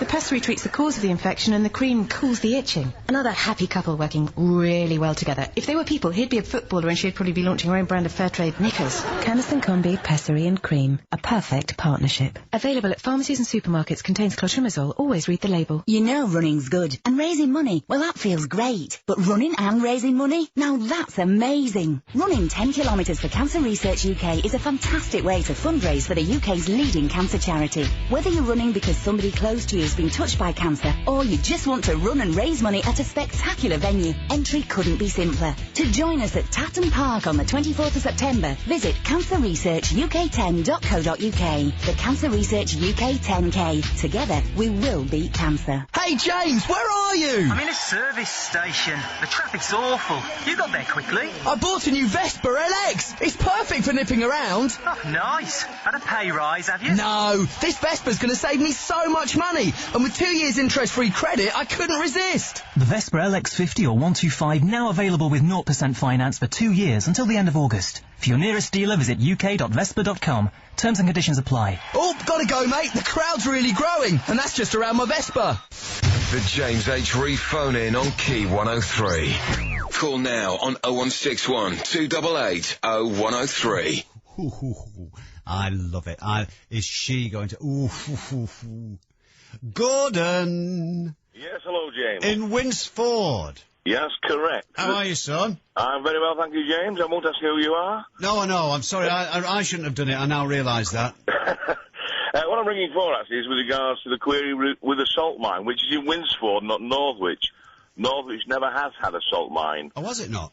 No, it's Winsford is where the salt mine is. Hang on, just let me look through my notes here. It was the one about the shops, wasn't it? That's correct, yes. Yes. Kirk Douglas, Northwich, facing the salt works. One of the other anglers said that there is an underground town there built for the mine workers. Well, it's a load of rubbish, actually. I've never worked down the mine, but I have actually been down it, and there is nothing down there, any such thing. No shops, no houses, just great big caverns, which is absolutely fascinating to go down and see. Well, apparently they're massive, aren't you? You can drive like dirty big... Oh, they're huge. I don't think it's actually the biggest one in Europe, James. I think there's a bigger one in Germany, but it is absolutely huge, and it stretches for miles out under the countryside. Right. You know, it's a really fascinating place, and it's beautiful stuff when it's hit in its raw state. The amazing thing is, though, the machinery they have down there, once it's down there, it's got to stay, because it's of no use. They can't bring it up again. As soon as it hits fresh air, it rusts and falls to pieces. So anything they take down there, they just dump in a graveyard, and there it stays. Oh, I never knew that. Well, it's a fact. I've got a friend of mine who used to work down there, in actual fact. I would have thought salt would have been very corrosive, and therefore stuff would have gone. Or is it very dry or something under there? It is dry down there, but but I say it's fine while it's down there. It's when they bring it up, it just disintegrates. Well, I'll go to the foot of our stairs. And also, of course, lots of machinery they take down in pieces and build it up down there. Yeah. But it's like blokes who build a boat in the living room, don't they? And then they can't get it out when they've finished it. Yeah, that's it. Yeah. Very much the same as that. I mean, it's a fascinating place to see, and if anybody ever has the opportunity to do it, I would recommend that they do go down and have a look. Right, so there is, apparently there is no underground town there. There is no underground town. I've been down and seen it. One fascinating fact about it, though, is that there are flowers that grow on the Weaver Bank there that only ever grow at the seaside normally because of the salt. Oh, of course, yeah. It's again a throwback from the Ice Age or whatever it would have been, or just after or whatever, I don't know. A little bit of environmental approach to things there. Of course. The salt, recreating seaside conditions. Listen, on the subject of streets underground, somebody, did I read it or anyway? I'm somehow under the impression that Oxford Street in London. Yes. That it is built on top of a previous street, and which is quite some distance below it, and there are parallel lines. There's a parallel street beneath Oxford Street, and you can actually get to it. I mean, I don't know whether I've been conned here or whether I'm. I've heard something similar. Isn't there something is it Manchester or Liverpool where there's something similar? Well, we've got the what's it, but if I get asked again about the underground tunnels, I'll probably strangle somebody with my bare hands. But as somebody said, underground is the best place for a tunnel, really, isn't it? It is right. When you think about it. But there's a link on our website which tells you all about the tunnels under Manchester and what they were for and what have you. Liverpool, I don't know. But I must look that up again and find out whether I'm right. But yeah, I'm sure they built Oxford Street on top of the ruins of the previous street, and some of the buildings are still down there underneath the current Oxford Street. One more fact before you throw me off. One more fact. We can't have too many facts. In fact, we can't have enough facts. Oh, well, that's fair enough then. Facts are our very reason, our raison d'être. Reason for being. Yeah.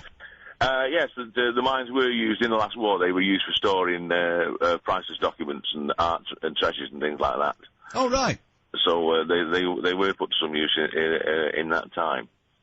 That suits me, but no shops then. No shops, no houses, no anything down there. As I say, you might have a room for your snapping, but other than that, that's about all you've got. All right, son, thank you very kindly. Can we put you down as our Winsford correspondent now? You may. Right, we'll put him down as a stringer. Our Winsford correspondent. We sound like the BBC, but they've got a correspondent for everything, haven't they? Yeah. Our Dutch motorcycling correspondent.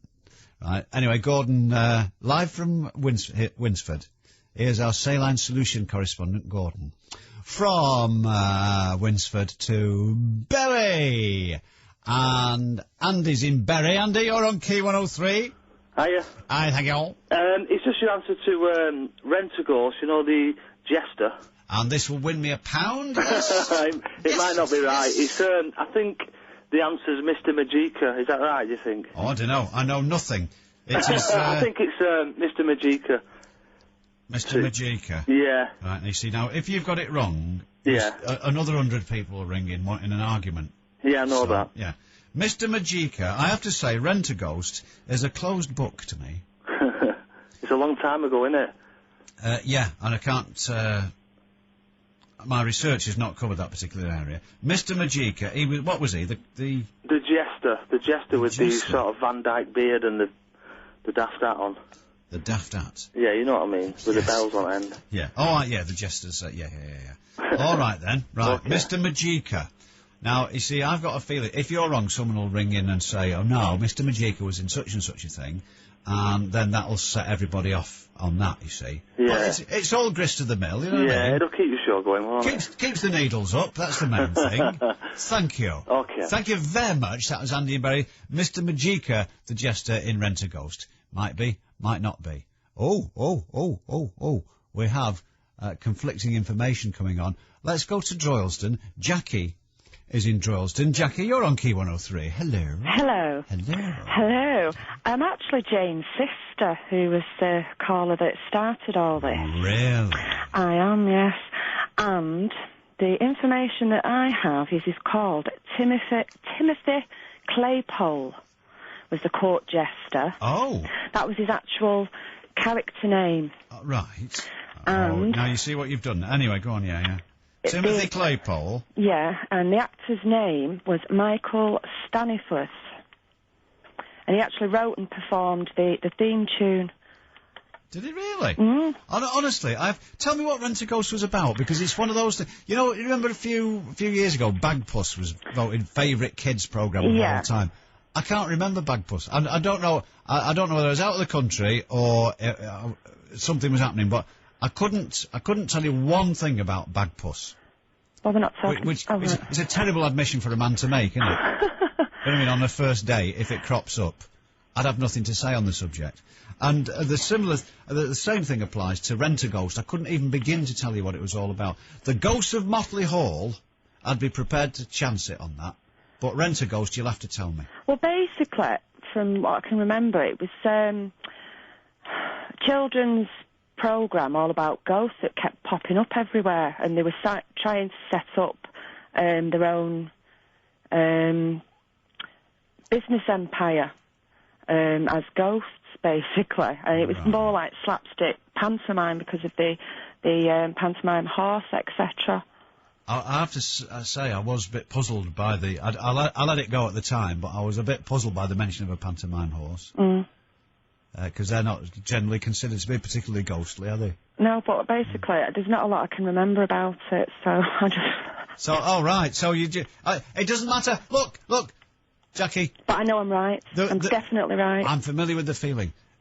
Listen, you know the parable of the widow's mite? No.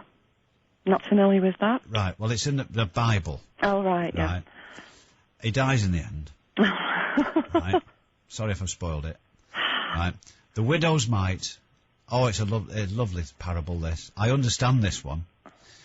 And everyone's giving, offering the gifts to the temple, putting the money in the collection box. Mm. And this widow, she comes along and she's all knackered. And they had a coin there called a mite. I don't know why. And she puts it in the box. And the scribes and the Pharisees, they say, "Fie and shame upon her, for she has given naught but a mite." Whereas all these other herberts have given, yea, gold even unto an hundredfold. Because that's how they used to speak in the Bible. Mm. And Jesus says, yes, but look at it this way, he says. He says, to her, she's given all she's got. Whereas to them, it is but a tithe or a threadmold. That might not be a word, that one. Of their wealth. I'll check that. I'll get my Bible out in a minute. Okay, I was busking it a bit there. And she said, but look, she's made the biggest sacrifice of all because she has only got an mite. And she has given an mite. So that's what you've done. Right, you see what I mean? Another interesting... So you're blessed now. You may now enter the kingdom of heaven without necessarily going through the eye of a needle. Yeah, well, just another interesting point about Rent a Ghost. Yeah. Linda LaPlante also appeared in it as a ghost. Give over. Called Miss Novak. Really? Miss Novak? Yeah. Right. Don't know if anybody else will remember that, but... Right. Well, what a fruitful Yes, little vein this is turning out to be. How'd you get on with your kid? She sounded a bit of a nasty piece of work to me when I was talking to her. Oh, she's all right in small doses. Yeah. Don't know why she just didn't phone me and ask me, really. Well, you know. Because this has given the opportunity. It's the first time I've had two sisters on the same night. Oh, yeah, that's hilarious. Not for the want of trying. Will I get this pound, do you think? I doubt it. No. All right. No, doubt it. Bit of a welcher. Yeah, definitely, okay. All right, then. Well, thanks very much for that, then. Right, Jackie, much obliged. That was lovely, that. Thanks very much indeed. Right, Timothy Claypole. And as I feared, this raises the whole question, who then was Mr. Majika? Oh, you see. See what I mean? As one door closes, another one shuts. Danny in Salford We'll come to you in a second. 0161 288 0103. I wonder, can we try and steer it in the direction of something, something a bit more, what's the word I'm looking for? Effervescent. It's not the word I'm looking for, but it's the longest one I could think of, apart from that place, that railway station in Wales. Anyway, 14 minutes to midnight, and Salford next. The James H. Reeve phone in on Key 103. I think my dad might be getting an house bill for living here, just for living in this house, which is how crazy the world is. With stepping stones into work, advice and support to help you back into work. Toolin in the morning on Key 103. I had no pain with this whole nose job thing. Shame. I am almost now physically perfect, so if you want to start having a bit of a spa, we can go. You want to go? Yeah, I'm far from perfect. There's plastic surgery you can have as well. Yeah, of course there is. All offers gratefully accepted. Well, I don't know what the technical name for it is, but the one where they sew up your mouth.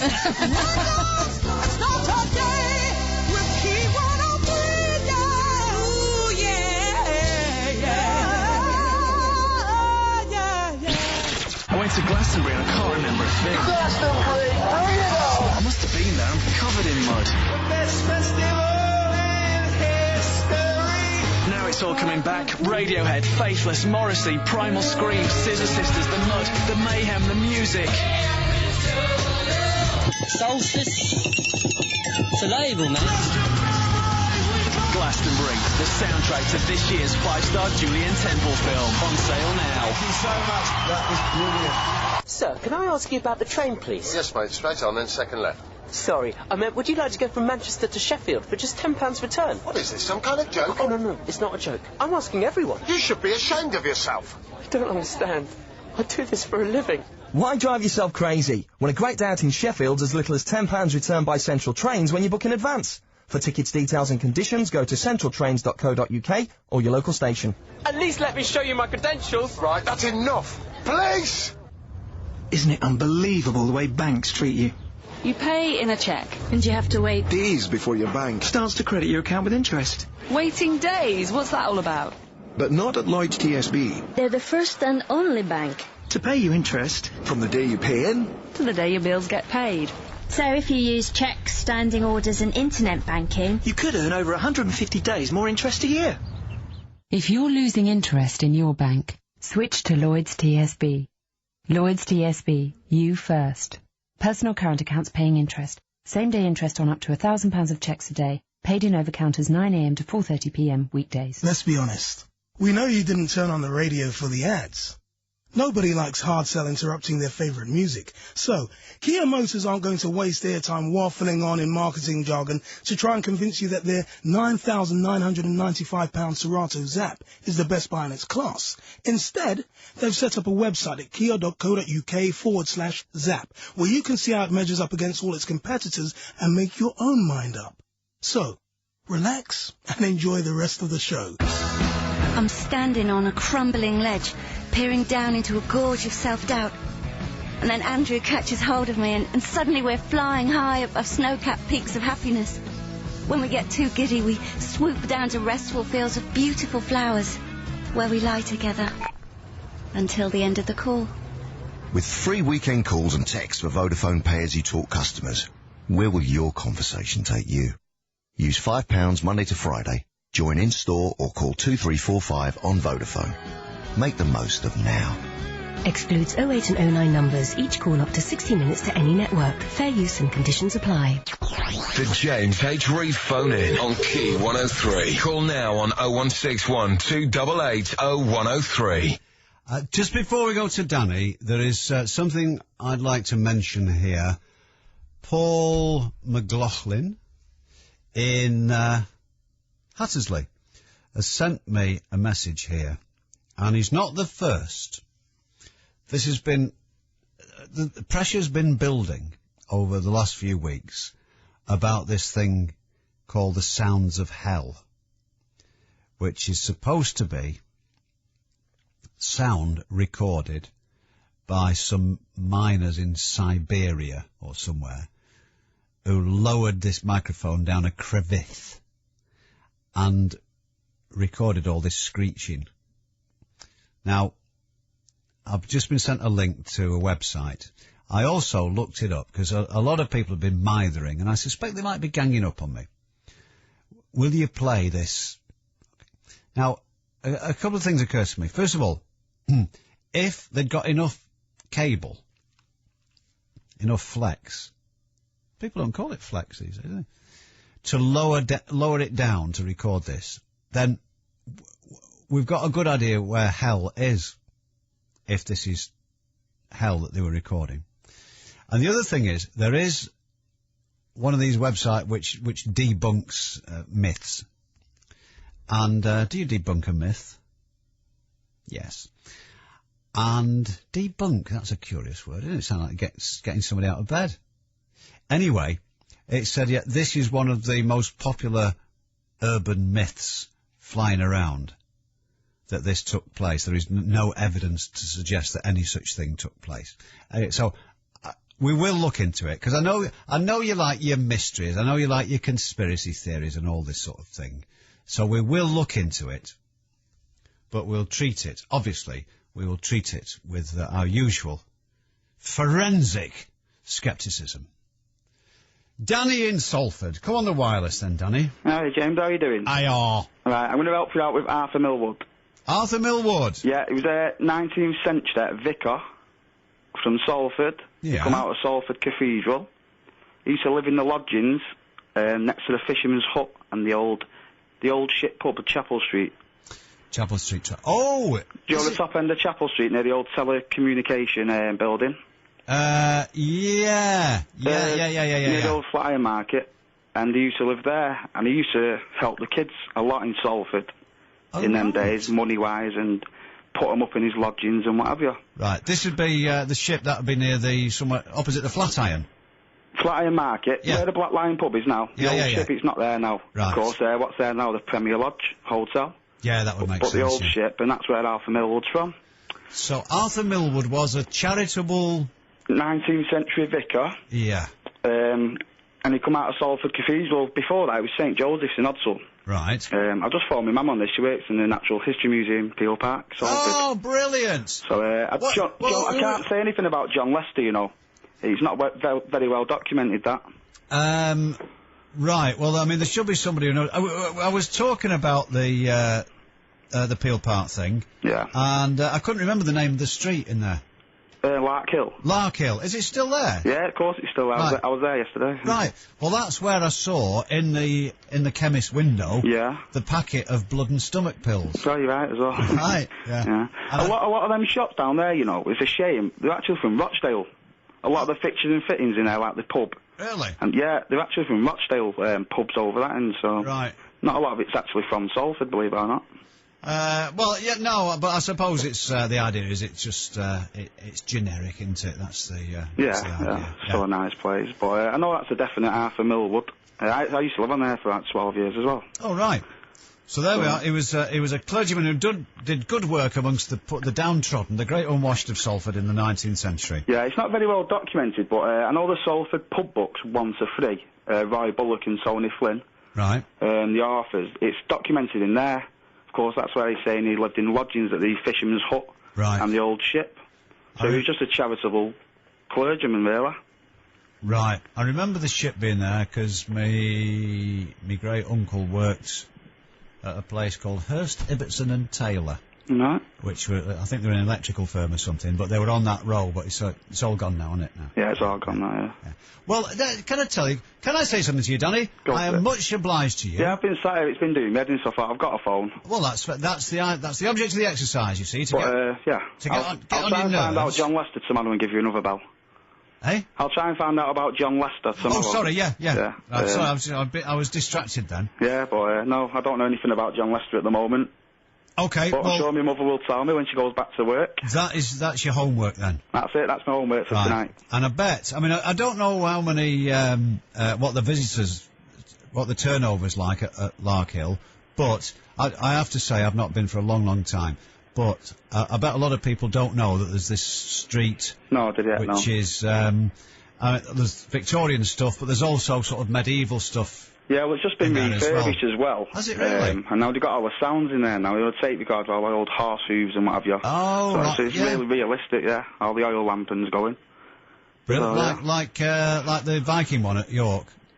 I'm not too sure with that one, James. Oh, they've got all the smells of, you know, cesspits and all that sort of thing in there. But of course, the history museum next door as well is brilliant, the library.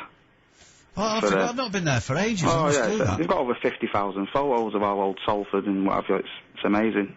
Fantastic. And Manchester for a few of them mancs out there as well. Excellent. All right, James. All right, young fellow. I hope that'll help you out for tonight. That's absolutely that's amongst the most positive contributions that we've had. There we are. Did you get that? Yes. Robert Millwood. Excellent. Thank you, Danny in Salford. What should we do now? I've lost me thread altogether now.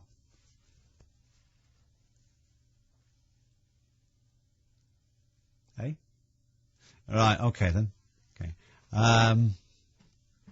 Nice cup of tea. Big mug of tea. Doesn't matter. Jonathan in Gorton. I better explain what was happening there. Hi, Jonathan. Good evening, James. Good evening.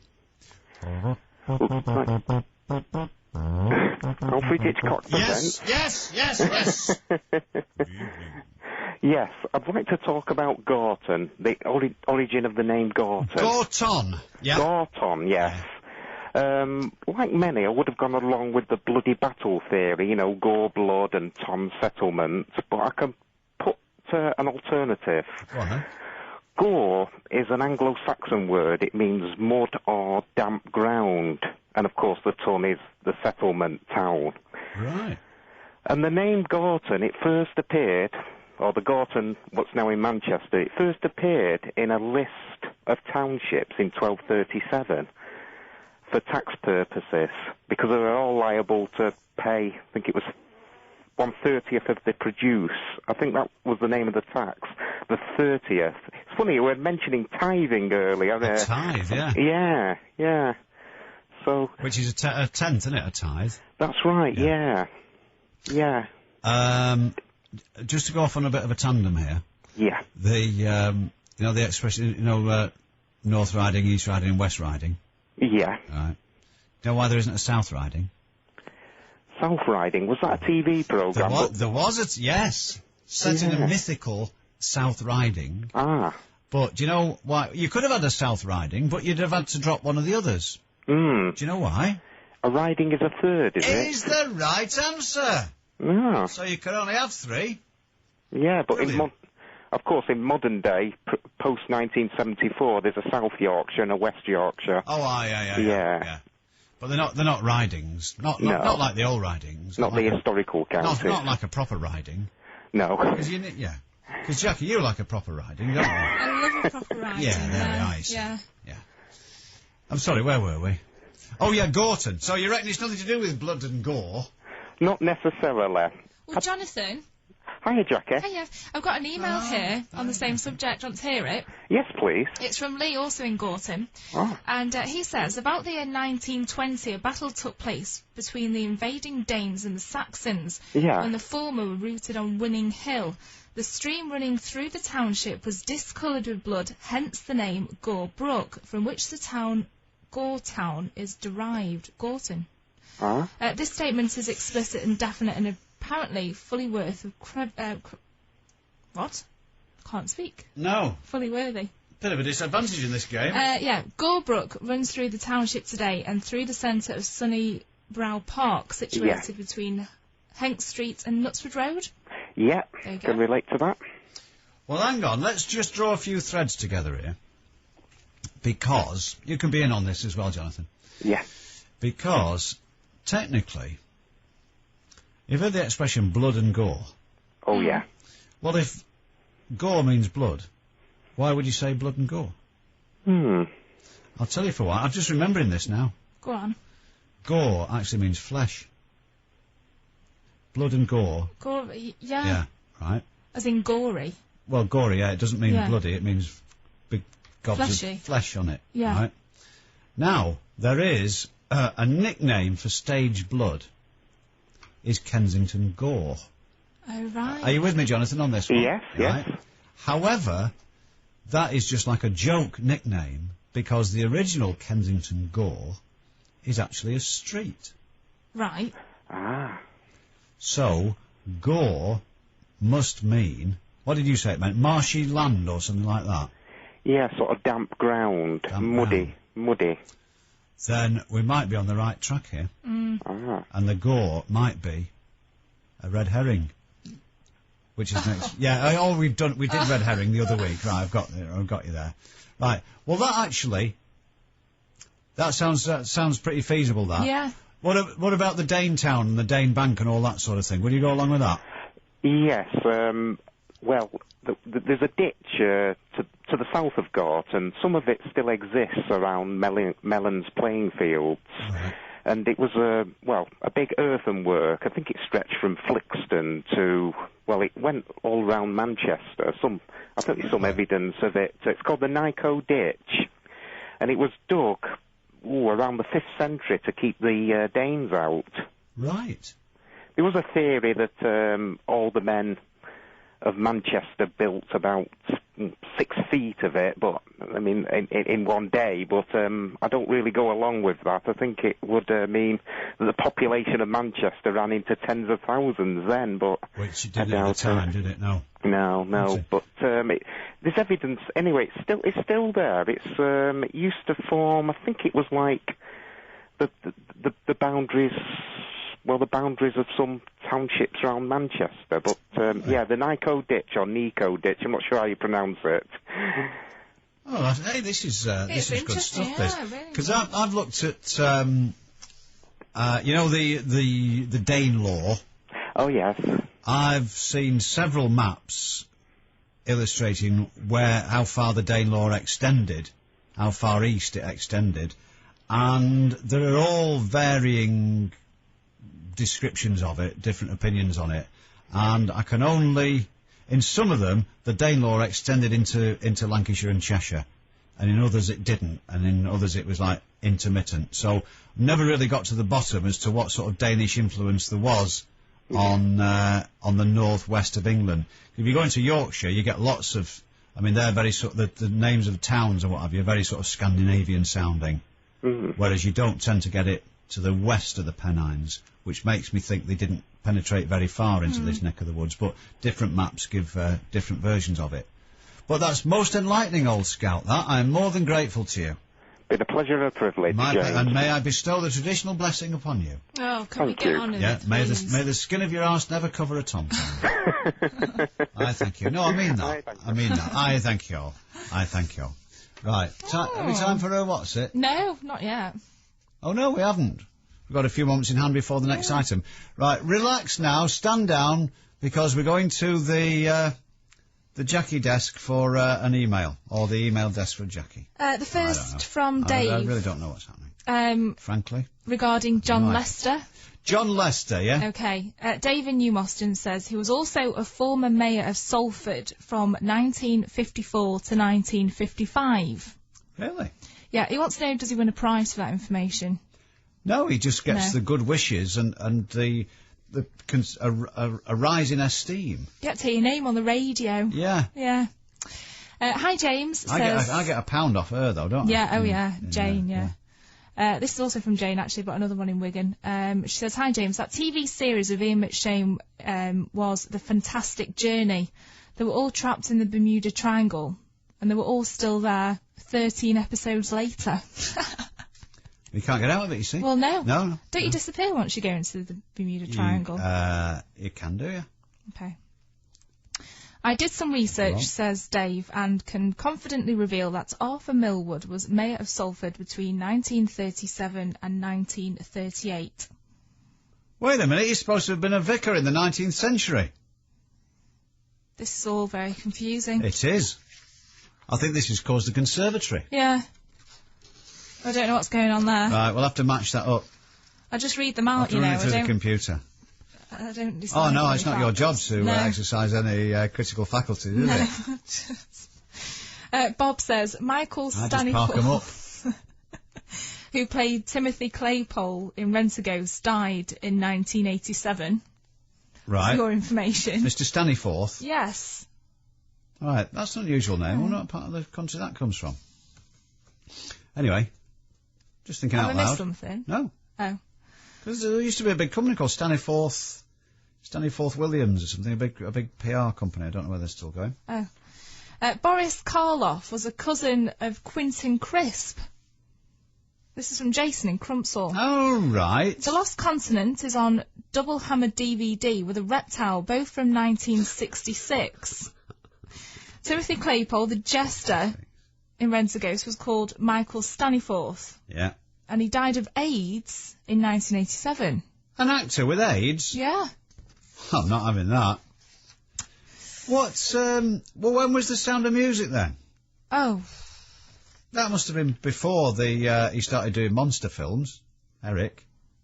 I don't know what year. It is some will know what. It is Eric Porter, who's Admiral Von Trapp in it. Yeah, yeah. Yeah. Oh, well then. Oh, he must have done that and then started doing, I suppose having been an admiral once, he got the taste for the seafaring life. Yeah, possibly. But, yeah. Bill in Newcastle upon Tyne says, have you seen the movie Sea Wolves, the naval World War II film starring your three favourite men, David Niven, Gregory Peck and Roger Moore? Gregory Peck? Gregory. Yeah. Apologies. Roger Moore, yeah.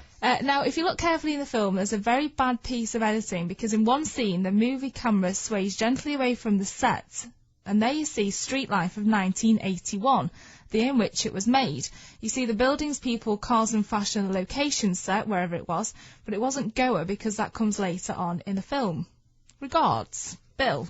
Right, I'll have a look at that. I would think, though, you know, they do say this sometimes, don't they? Say, if you watch the Fall of the Roman Empire, you see a Roman soldier listening to a transistor radio. Right, which is, and all this, which couldn't happen. But the point is, now that everybody, even the likes of us, you know, are talking about it, you'd think it would be a simple matter. Well, they're not going to go back and redo somebody, it, are they? Well, no, they just cut it out, couldn't they? Yeah, but why would they do that? Just take out, so that people can no longer say... It's part of the charm, though, isn't it? Once it's done, I don't think they'll go back and think, oh, we'll just change it. Well, they changed... and then re-release it, saying... Krakatoa... The proper one. Director's cut. Yeah, sorry for the confusion before. Now, anachronism-free. They had... they changed the title of Krakatoa east of Java. Crack of what? Krakatoa, big volcano. Right. Right.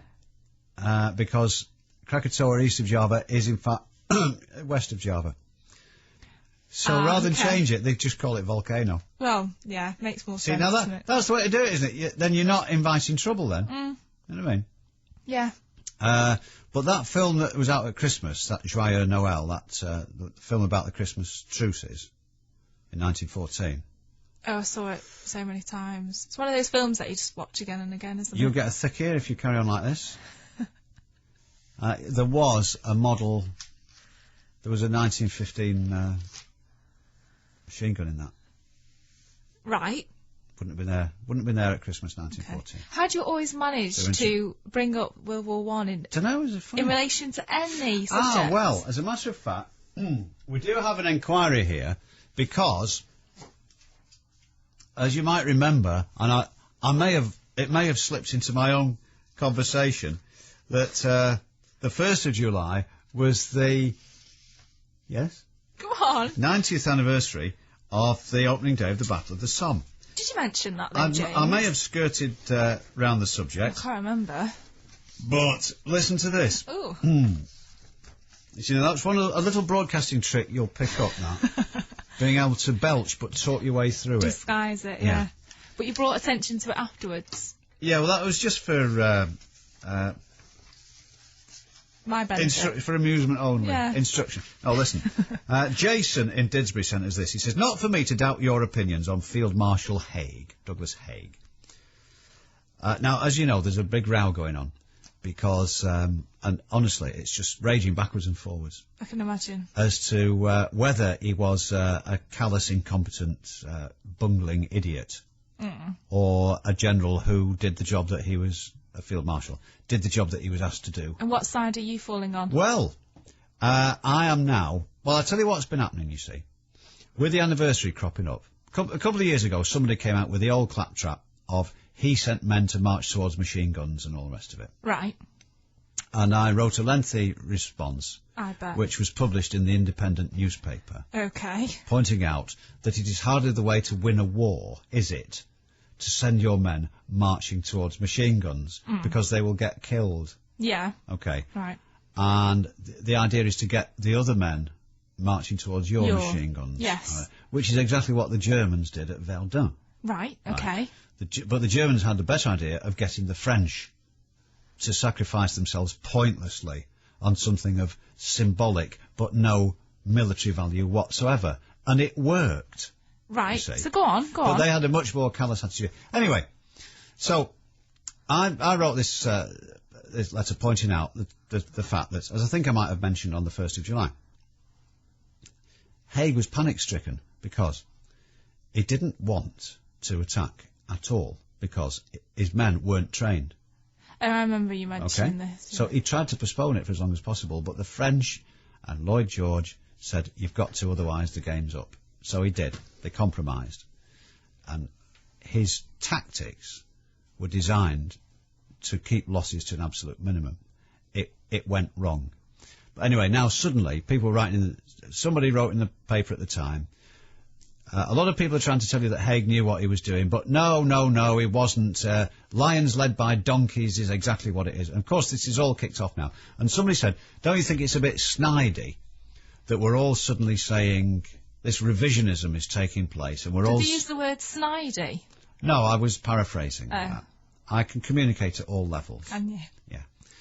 And I said, it's a bit underhand to suddenly start saying Haig was a good bloke, just as the last soldiers who are dying off. Yeah. You know. And so do you think he was all right? We're waiting until they're nearly all dead. And then say... To suddenly say, you know, when they can't object. And somebody said, no, the revision has actually already taken place, with plays like Oh, What a Lovely War, and the book, Lions Led by Donkeys, and so on. Yeah. That up until the 60s, Haig was thought of as like any other general. Yeah. Right? He did a job. Men got killed in wars, and he had to do it.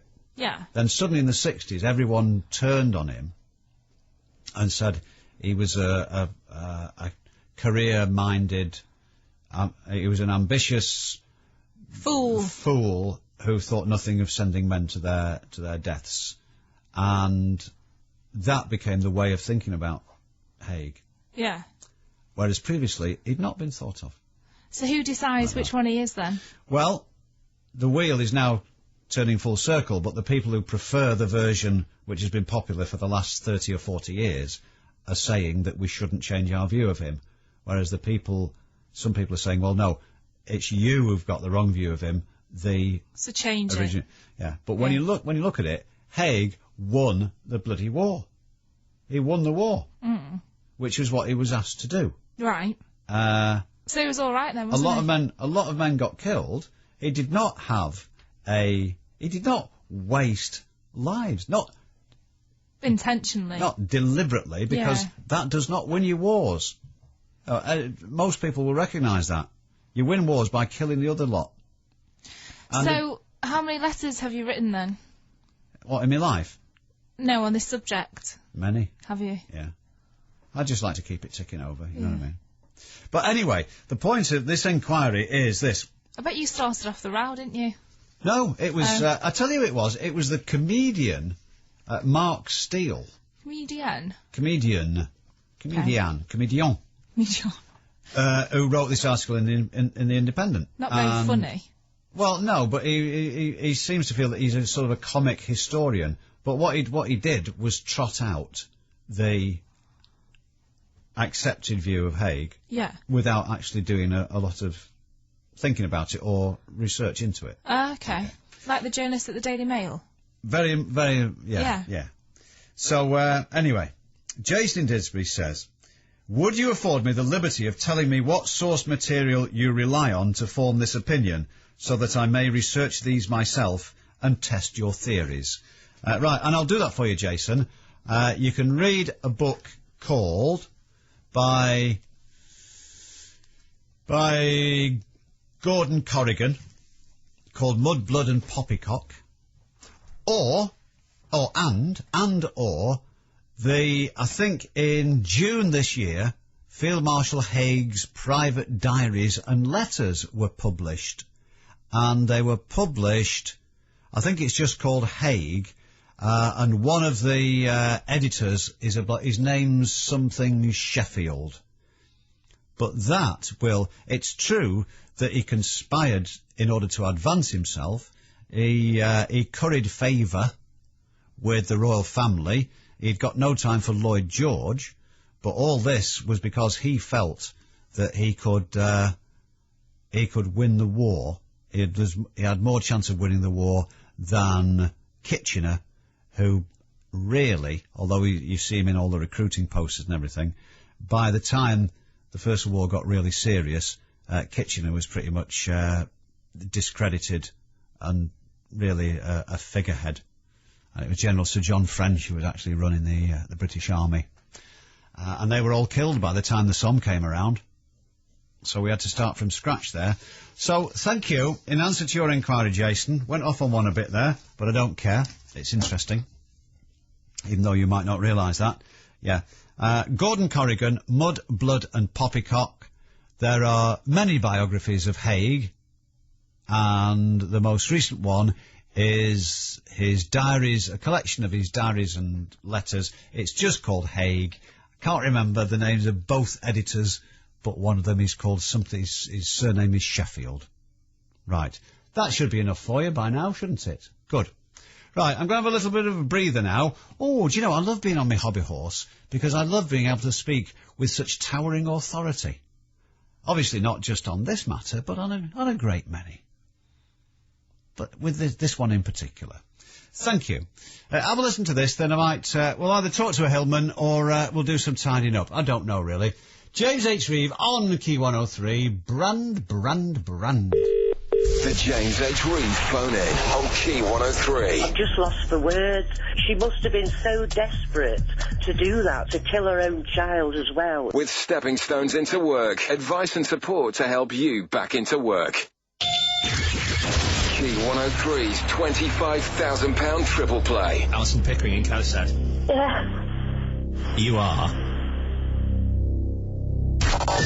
Line 25!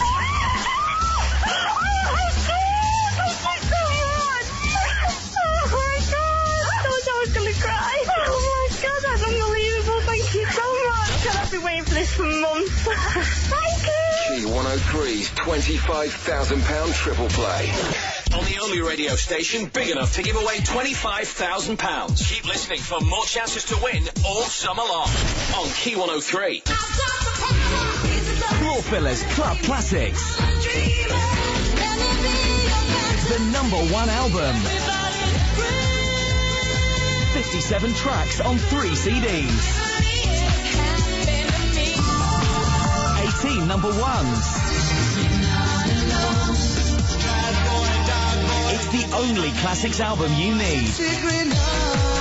Floor Fillers Club Classics. Out now. Need a late night pharmacy that's open till midnight?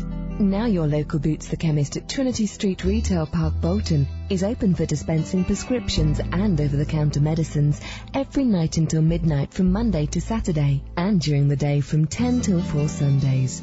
With easy on-site parking, longer opening hours and a fast service, it's so convenient. For those healthcare emergencies, use our midnight pharmacy at Trinity Street Retail Park Bolton. Trust Boots. Your local blood bank is running low on reserves of blood group O. Call 0845 711 711 now. Do something amazing today. Save a life. Give blood. Whether you're looking for flexible hours, Career progression, or an exciting new challenge, you'll discover all this and more at our recruitment open evening. you'll discover great benefits Attractive offices and beautiful grounds. and 60 customer service opportunities from consultants to team managers. So, come along and talk to the rapidly growing Scottish Live unit at Royal London in Wilmslow between 5pm to 8pm on Tuesday the 18th of July. For more information or an application form, visit the Scottish Life website or call 01625 605 060. The James H. Reeve phone in on Key 103. Call now on 0161 288 0103. Right, timing's the essence. We're looking into this Sounds of Hell thing, aren't we? Yeah. Okay then. I gather it's clearly rubbish. I tried to be as even-handed as possible there. If we go to Bessick, did you notice that attention to detail there? Andy's in Bessick, aren't you, Andy? I hope so, mate. Right, okay, well just check, just have a look around you. Yeah, I can see the City of Manchester Stadium, I know where they are. How delightful that must be for you. Not when you're a United supporter. Oh, right. No, don't sound so good now. Hey, but I did say Bessick, didn't I? You did. You said it correctly, yeah. Not Eastlands. No. A lot of Not Bradford. No, Bessick. I know. Not Monsell. No, definitely not Monsell. No, a lot of people, the uninitiated say Bessick. Yeah. But a lot of people around there, and Andy will confirm this. We say Beswick. No, you don't. That's Dionne Warwick you're thinking of. Steady on that. No, a lot of people around there say Bessick, don't they? No, I say Bessick. Yeah, I know, but a lot of other people say Bessick.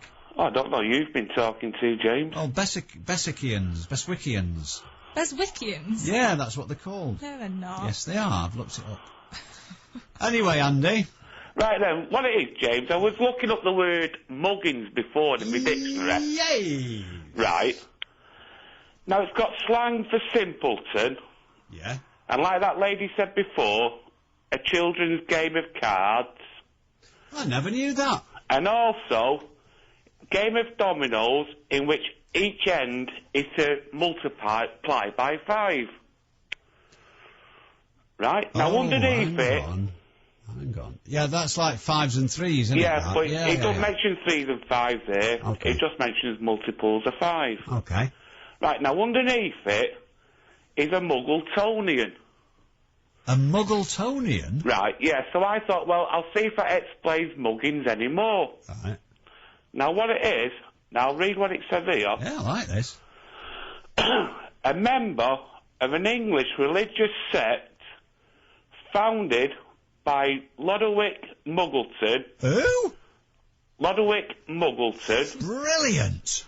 1609, 98, and his cousin, J. Reeve, died 1658. Give over. Who claimed to be the 2 witnesses. Relation of yours. Must be. I must be You're a Muggletonian. An old Muggletonian, yeah. So are you responsible for these people who come knocking on your doors at all strange hours of the day? Must be, yeah. Yeah. Well, you see. Well, like bailiffs. I told you and that though. No, them ones who have them funny Bibles in their hands. Oh, right. I was going to say, in Bessick, it probably is the bailiffs, I would have thought. Well, you know, shush. Or C Division, one or the other, you know. Anyway, so, I must look into, I must find out what my ancestor got up to. Yeah. Reeve, it's spelled R-E-E-V-E. That's correct, yeah. As in Christopher. Yeah. Well, let me get my glasses back on so I can see it. And Dermot. And he died in 1658, the Reeve one did. I know what he died of. Go on, tell me. He died of a Tuesday. Did he really? Yeah. All right, well, that's all right then. Yeah, it's in the paper. Right, so I must look at... I had no idea there was a strong streak of Muggletonianism running through the family. Well, you know. Are you proud? Yeah, I am now, yeah. Yeah, I bet, yeah. I'm full of myself. And it said the 2 witnesses of Reverend, and it's got 2/3/6, so obviously that's got to be something to do with the Bible, hasn't it? I don't know, it might be a website. Do you know what? You very well could be right. Oh, and by the way... Yes. When you talked about Gorton before... Yes. I lived in Gorton. I lived on Knutsford Road. Right. But at the back of St. Francis Church, the monastery, there's a river, and you used to call it as kids the Bloody Brook. All right. And that was its nickname when we were kids. Oh, you see things happen. I'll tell you who was telling me about this, and we mentioned this a few weeks ago, but these things sort of come round, don't they? Nobby Styles. Yeah. Who is, you probably know, was brought up round the... Yeah, that's why I can't sit straight at the moment. Yeah, that's right, yeah. He's got them, yeah. A touch of the Rockfords. That's the one. Yeah. Well, he said he used to play football as a kid down somewhere near Red Bank in Manchester, and they always used to... Did he say they called it the The plague, something or other. Anyway, Angel Fields. Angel Fields, I know where the Angel Fields are, yeah. And that was, that's Chanyard Broadway, isn't it? Yeah. And funnily enough, there is very, very little reference to that. And I've managed to find one reference, and there is a picture of some... It's not a picture of the place, it's a picture of some scrofulous kids from Manchester in, like, the 19th century. And the caption says, poverty-stricken kids from the Angel Fields district of Manchester. So it doesn't explain about Angel Fields, it just shows a picture of these kids who are obviously skint and full of bloody rickets and all that, everything. Well, if you go up Gorton Lane now, do you know where the monastery is? I do. Well, they're doing it all up now, aren't they? Yeah. They're revamping it. Yeah. And they've got all these boards in the front with all the old pictures of Gorton and the history behind Gorton starting from the beginning. All right. It's well worth looking at because my brother lives up there, and when I go, I've read so many, and when I go again, I read so many more, and it's very interesting.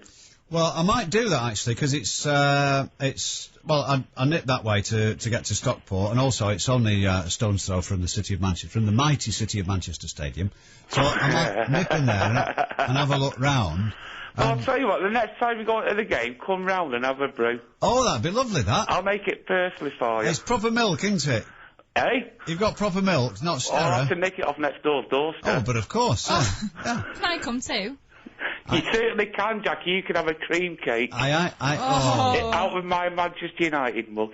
Brilliant, thank you. Okay. I hate that when they've used that powdered stuff and it's not all... There's all lumps of it at the bottom. Oh, dear.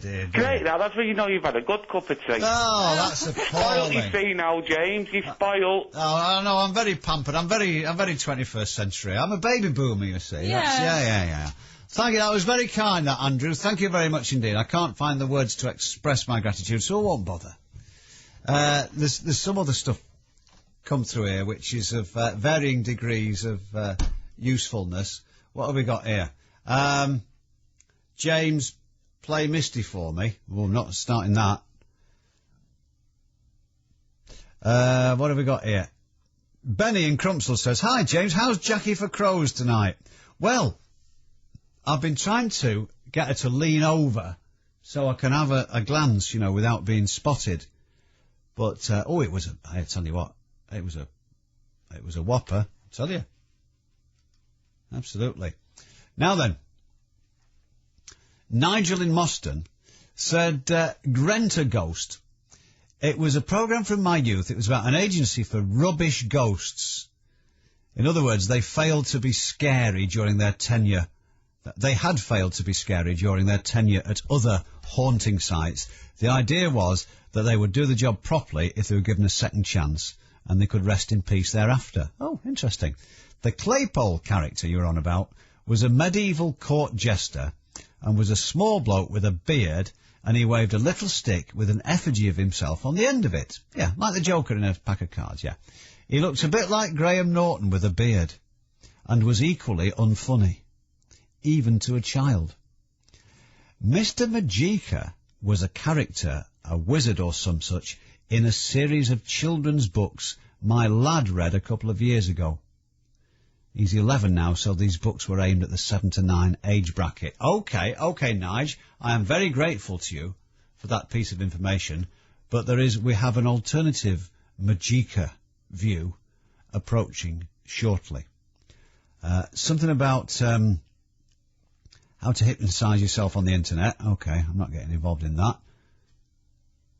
A limerick about Mr. Majika. I don't really remember asking for limericks. Right. However, Tilly in Little Hulton says Mr. Majika was a magical school teacher played by Stanley Baxter. Again, a man I've never, ever found funny in the slightest, although the volume of the canned laughter which accompanies his every gesture would suggest somebody's wrong.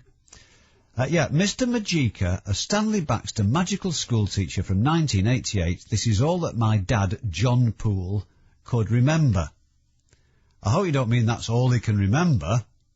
Otherwise, he is in a mess. I wouldn't leave him alone in the house. I certainly wouldn't let him do any cooking. Right. And then lots and lots of information about Rent-A-Ghost, Michael Staniforth, etc., etc. And something that Jason in Crumpsall... I think Jackie edited this. Boris Karloff was a cousin of Mancunian shirtlifter Quentin Crisp. I say that purely because I think it's an expression which has tended to fall into disfavour of late, Jason. Thank you, Mancunian. Ta. 0161 288 0103 as we sort of freewheel now towards 1 o'clock, but there's still room for us to tidy up any loose ends. We'll be off to Broughton in a moment or two to talk to Stuart, and we can also talk to you on 0161 288 0103. And remember, if certain people keep their word, I'm £1 better off than I was earlier in the evening.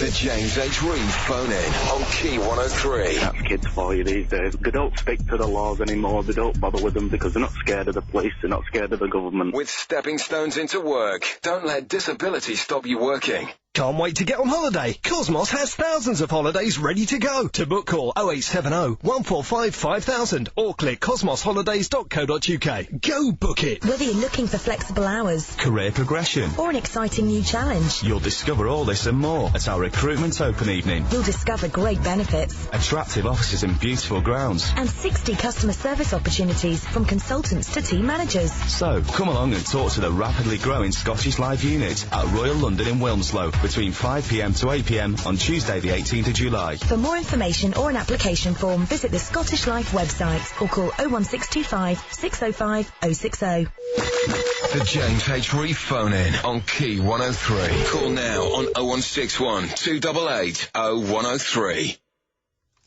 That was a good idea to do it just then, otherwise it would have been embarrassingly silent. Who's waiting?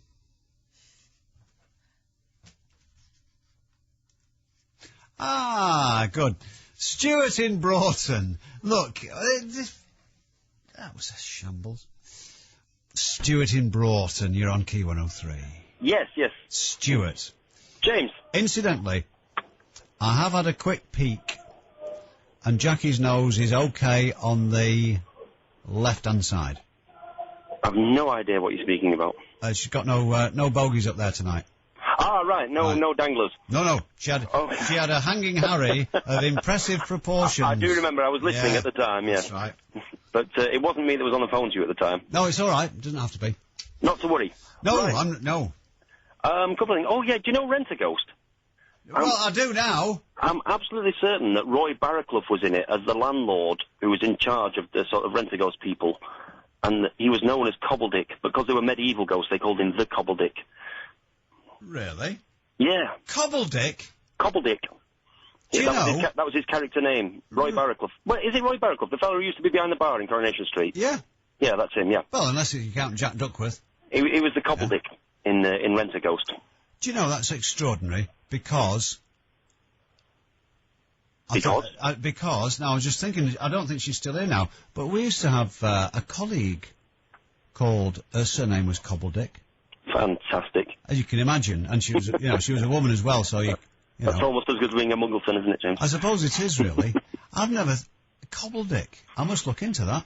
However, I digress. That's not why I rang. No, you have digressed. A couple of weeks ago, yes, you asked about the origins of Blakely. Oh, and yeah. I did a little sort of scant research, what's known as Reeve research. And I discovered... What's that supposed to mean, exactly? Just exactly what it says. Okay. And I discovered that back in the late 18th century, early 19th century, in the Irk Valley there, they had a bleach works. Now, I don't know entirely how you make bleach, but chlorine's involved in the process and hydrochloric acid. God, yeah, it'd be horrible, yeah. And the waste product from this used to turn all the riverine meadow black. Really? Yeah, and as you know, Lee is another word for meadow, as in L-E-A. Yeah. And it was known as Black Lee, the Black Meadow. Right. And that's how it got to be called Blakely. Okay, I'll go along with that, because we did this a while back. Well, hanging ditch was apparently it was nothing to do with executions. It was where the Flemish weavers used to hang things out to dry. That's right. Yeah, they used to do flax and calico stuff like that, didn't they? Yeah. Yeah. But what, as I say, it's an old favourite. This, and when you get people from out of town coming to work here, the one thing you have to warn them about is Blakely, not Blackley. You probably have to warn them about Brufton not being Broughton either. Oh, we get all this, yeah. Bowden and what have you. Right. Jackie's the worst. But why, though, Blakely rather than Blackley? This is what I can't... Well... This has puzzled me all my life. As I say, it was scant research. I don't know. Right. Can I give myself a puff? I'm on telly tomorrow, you know. Can you give yourself a what? A puff. Well... I'm on telly tomorrow, James, on Countdown. Crime Watch? Oh, what, on Countdown? Yeah. No! I did text you earlier, but yeah, you don't read your texts anymore, do you? You fell out with them. Oh, I can't be doing with them. I know. Right. I'm on Countdown tomorrow. You are? I am. Fantastic. Now, how will you get from, how are you getting to Leeds? It's already been done, James. Oh, no, don't say that. Oh, sorry. I'll drive up there quickly up the M62. Okay, lovely. You're on Countdown. Oh, brilliant. Lovely. Is, do you have a good candidate, Carol? Yeah, she looks nothing like she does on the telly, you know. Give over. It doesn't do her any favours. The telly, does do her some favours. It makes her a bit more voluptuous than she is in real life. Oh, really? Oh, well, they say it puts about £10 on you. Yeah, well, the £10 on the telly suits her better than the real life thing. Oh, is she a bit undernourished? Well, she's not the woman she looks on the screen, I can assure you. Really? But I'm a bit worried if telly puts £10 in, I'm going to look like that bloke who used to be a chef on telly. Philip Harbin? I can't remember which one he was. He used to have a sort of smiley face and a little Van Dyke beard. Yeah, Philip Harbin. And his eyes, when he smiled, used to disappear into his head because the folds of fat would go around them. Well, exactly. Well, I mean, how's Fern Britain going to go on? Hey? Well, perhaps Fern's quite svelte in real life. Well, in that case, it must put £10 on you, including repeats. Well... Because now, once her eyes... Well, if it puts £10 on you, £10, it can just... Yeah, it must be like compound interest, I suppose. But her face is just turning inside out now. I don't watch a lot of daytime telly. No, well, I have to, you see. Research purposes. Research purposes, yeah. Reeve research. Yeah, of course. Yeah. Oh, right then. Oh, we'll look forward to that then. Don't tell us how you went on. I won't, but you can watch me on Wednesday as well if you want. Oh, right. Well, okay. Oh, that's appalling.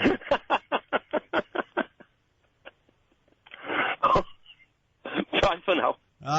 Hang on, what does that remind me of? Is it the, it's a bit like the Likely Lads, isn't it, when they don't want to know the score of the match. What does it, yeah, oh, ta-da, by the way. Oh, it doesn't matter. Can't remember now. Can't remember. Let's go to Stockport, shall we? Hugh in Stockport. And, I can't wait for this. Hugh in Stockport, you're on Key 103. James. Hugh. Is it you, Hugh? Well, it's me. It is I. Yeah. Now then, Dr. Gary Sheffield. Dr. Gary Sheffield, what? Yeah, he wrote the book. Oh, he did. He edited, Field Marshal Haig wrote them in the first place, didn't he? Yes, he did. Yeah. No, what it was... With additional material by? Yeah, that's right. I thought Gary Sheffield was actually like an amateur historian, but it turns out... excuse me, it turns out he's actually quite a distinguished historian, and he's written all sorts. Forgotten Victory is one of them. He was actually awarded the 2000 Douglas Haig Fellow by the Army Record Society, educated at, University of Leeds and King's College London. Up until now, though, until you mentioned it, that he's actually edited Field Marshal Haig's memoirs, I've relied on John Terraine. Oh, John Terraine, yeah. Yeah, The Educated Soldier. Yes. Have you read that one? No, but I mean, they do. I think it was Max Hastings was going potty and saying this revisionism all started with John Terraine suddenly deciding that he was going to defend Douglas Haig. Yeah. Now the following week there were letters saying no, Mr. Hastings, it was in fact Terraine was overturning the revisionism of, amongst other things, Oh What a Lovely War, and... The Donkeys by the esteemed Mr. Alan Clark. The Donkeys, that's right, yeah. Because, oh dear, it was John Terraine... John Keegan, well, unfortunately, you see now, there were 2 books came out about the First World War within about 2 years of each other. Yeah. One was by John Keegan and the other was by Neil Ferguson. That's right, Niall Ferguson. Well, it's spelt Niall, but apparently he pronounces it Neil, which rather surprised me. So I'm looking at this and I thought, that's funny, 2 books here, one by Keegan and one by Ferguson. Yeah. I thought there's something going on here, isn't there? Oh, please. No, I was rather hoping we could bore the rest of the northwest of England about the First World War for the next 20 minutes, but you skillfully got it round to footy, haven't you, there? Well done. No, but that's an absolute fact, that. Right. Yeah, Keegan and Ferguson, funny thing. Right, but, now then, the other thing... Just, whoa, John. Now, one of them, I can't remember which one it was. It might have been the Keegan one.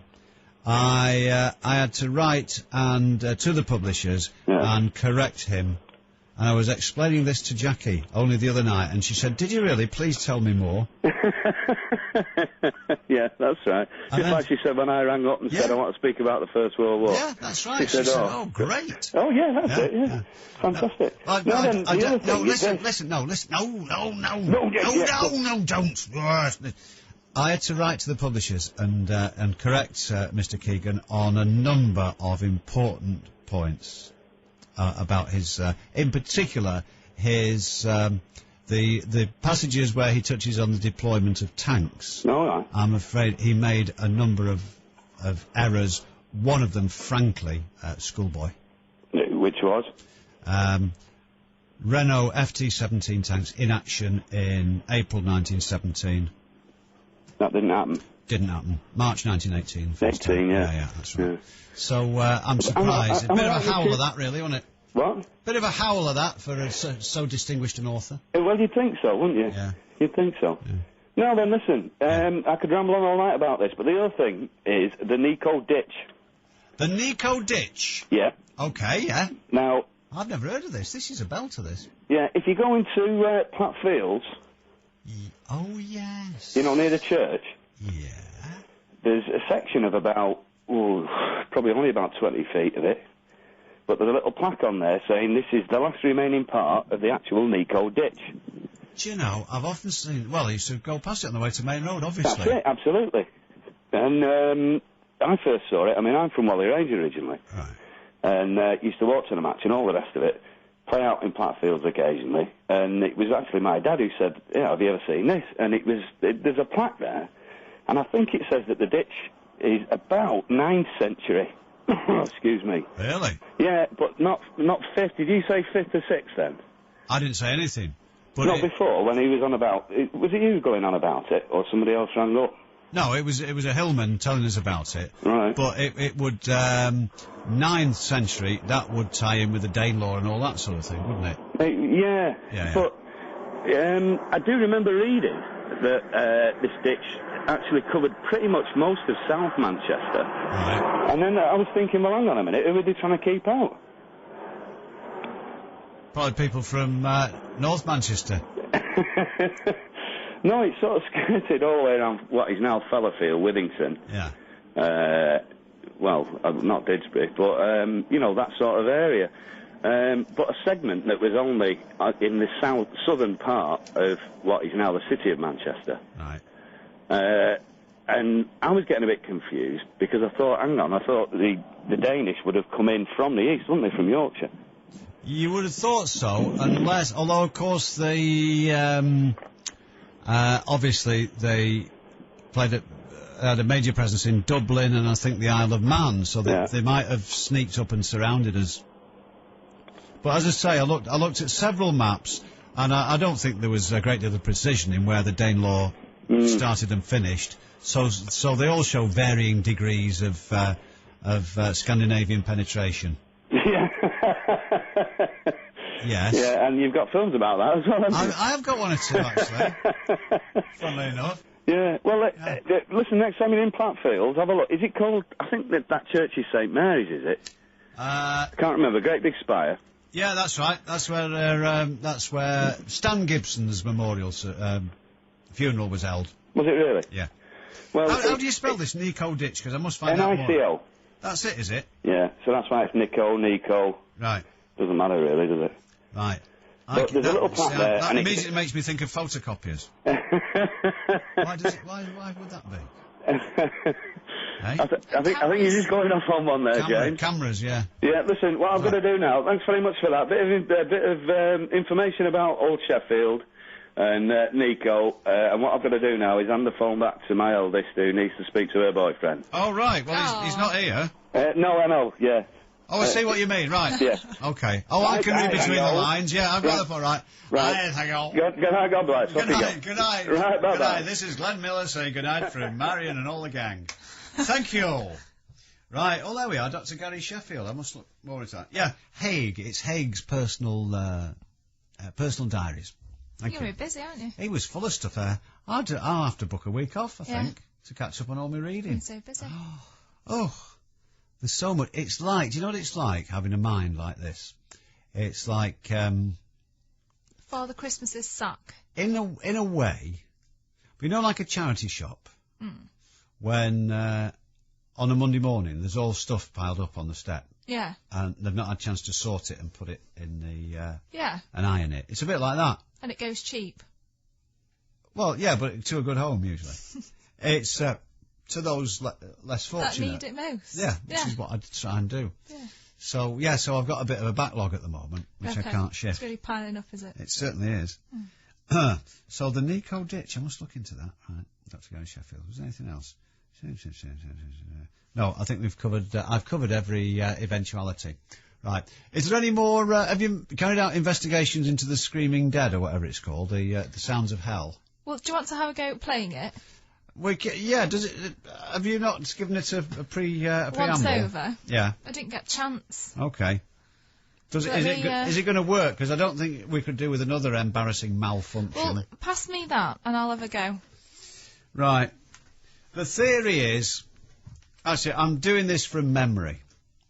Oh, we've not done General What's-it that was killed in the Indian Wars, have we? But no, we will do that at some point. Speaking from memory, it was supposed to be somewhere. Were they mining? Well, you see, immediately. This could scare you. Oh, here we go. Oh, this is it. The email. Dear Art Bell, I just recently began listening to your radio show and could not believe it when you talked about the sounds from hell tonight. My uncle had told me this story a couple of years ago, and I didn't believe him. Like one of your listeners who discounted the story as nothing more than just a religious newspaper fabricated account. The story about the digging of the hole and the hearing of the sounds from hell is very real. It did occur in Siberia.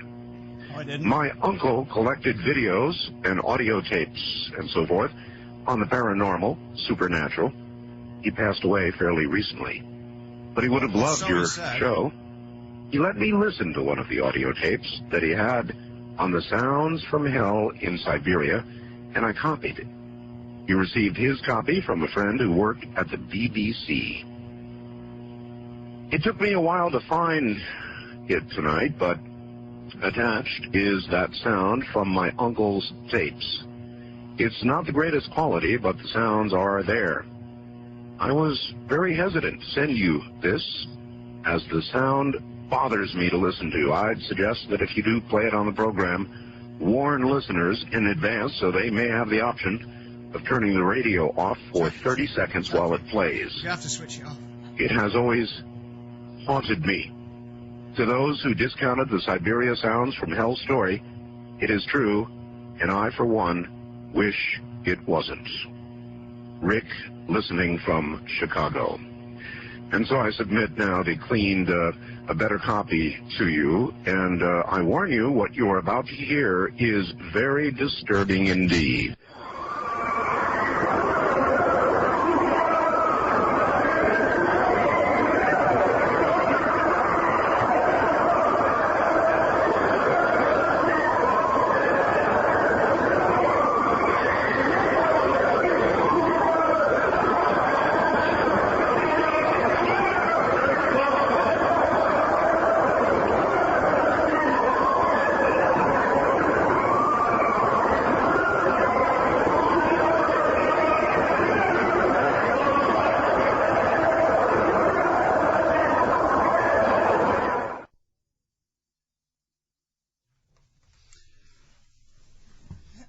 What was that?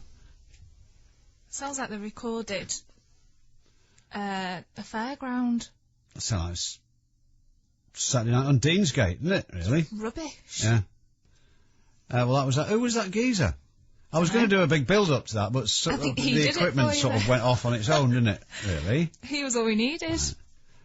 So there we are. That is supposedly recorded by... There is... I'll get the preamble. That is supposedly recorded by... Some geezer who put a microphone in the ground. Yeah, digging or drilling, whichever, in Siberia. And that was supposed to be the noise. But, I mean, why don't they just go and have a look what it was? Yeah. Yeah. Because if they could lower a microphone down to it, then they could put a little mark on the cable, couldn't they? Yeah. And then they measure it and work out how far away hell was. Or put a camera if they were scared. Bob down. It might have been before they had cameras like that. Oh, do you think it was that long ago? Not like those that they can push up your bottom.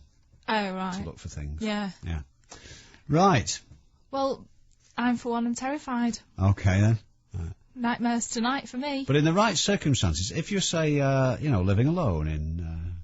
Newton Heath. Somewhere in the Greater Manchester area, and just felt a little bit unnerved by that, it could be quite disturbing in a way. Sleep well. That's just, it reminded me. Oh, I used to look... Who was it who did that? What, sleep well? And if you're listening alone... If you're watching alone tonight... What's that? And what was the other one? I taught those cameras. The bum ones? Because I had that when me... Up your bum? No. Oh. For me... I don't like anything like that. No. You wouldn't have much of a choice. Well... I had bend over and deal with it. I had the one where, that pulled my gallstone out. Yeah. And it just reminds you of the story. The bloke in the next bed, he said, look, we're not sure. It's somewhere in your digestive system. Right. He said, so we are going to have to put a camera up your back passage. Okay. And this is to the guy next to you? Yeah, in the next bed. Yeah. Right.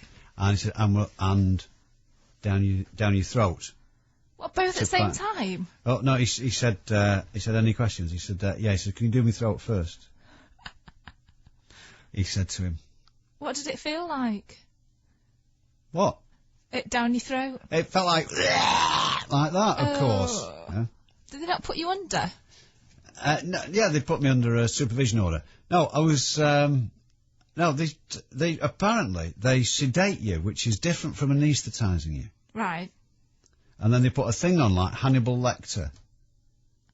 Right, so you can't bite through the bloody thing. Yeah. So do you remember? If you were sedated? Yeah, it was the 8th of January. But do you remember it happening? No! Oh, okay. It's like, I don't know what the difference is between being sedated and being anaesthetised. But if they put it up your bum, do they sedate you? They didn't put it up me bum. No, but... Do they sedate you if they do that? Well, I don't know. They might just like to see the expression on your face. Some people might like it. From which you can probably tell a lot about people, I would have thought. Right, anyway, I don't think there was any need for that particular avenue of just happened interest. Didn't it? Right, thank you. Right. Dempst says, thank you, you did it, you played it. Well, most websites say that it's a complete myth and is a lot of fuss about nothing. But, of course, it only needs a sympathetic jock, who sounds like the fellow who does the Honda advert, Yeah. right, to say, oh, this is from hell. And you believe it, you pillock. Anyway, there we are. I will try and find out. There is some explanation as to how it supposedly originated, but... It is rubbish. Yeah. So there we are. So is there anything else? There was something significant that... We must have exhausted most things, surely. It was... No. Oh, yeah, it was the film with... no, not the film. It was about George Custer, and he wasn't actually the senior officer to be killed by Native Americans during the Finjan Wars. It was a bloke, what was his name? Dandy or Candy or something like that. Anyway, I'll do that for you next week, right? We'll carry that one forward, because we like to do from time to time. And he is commemorated. But it was a bit of it was a peace conference. And it wasn't in battle, it was a peace conference.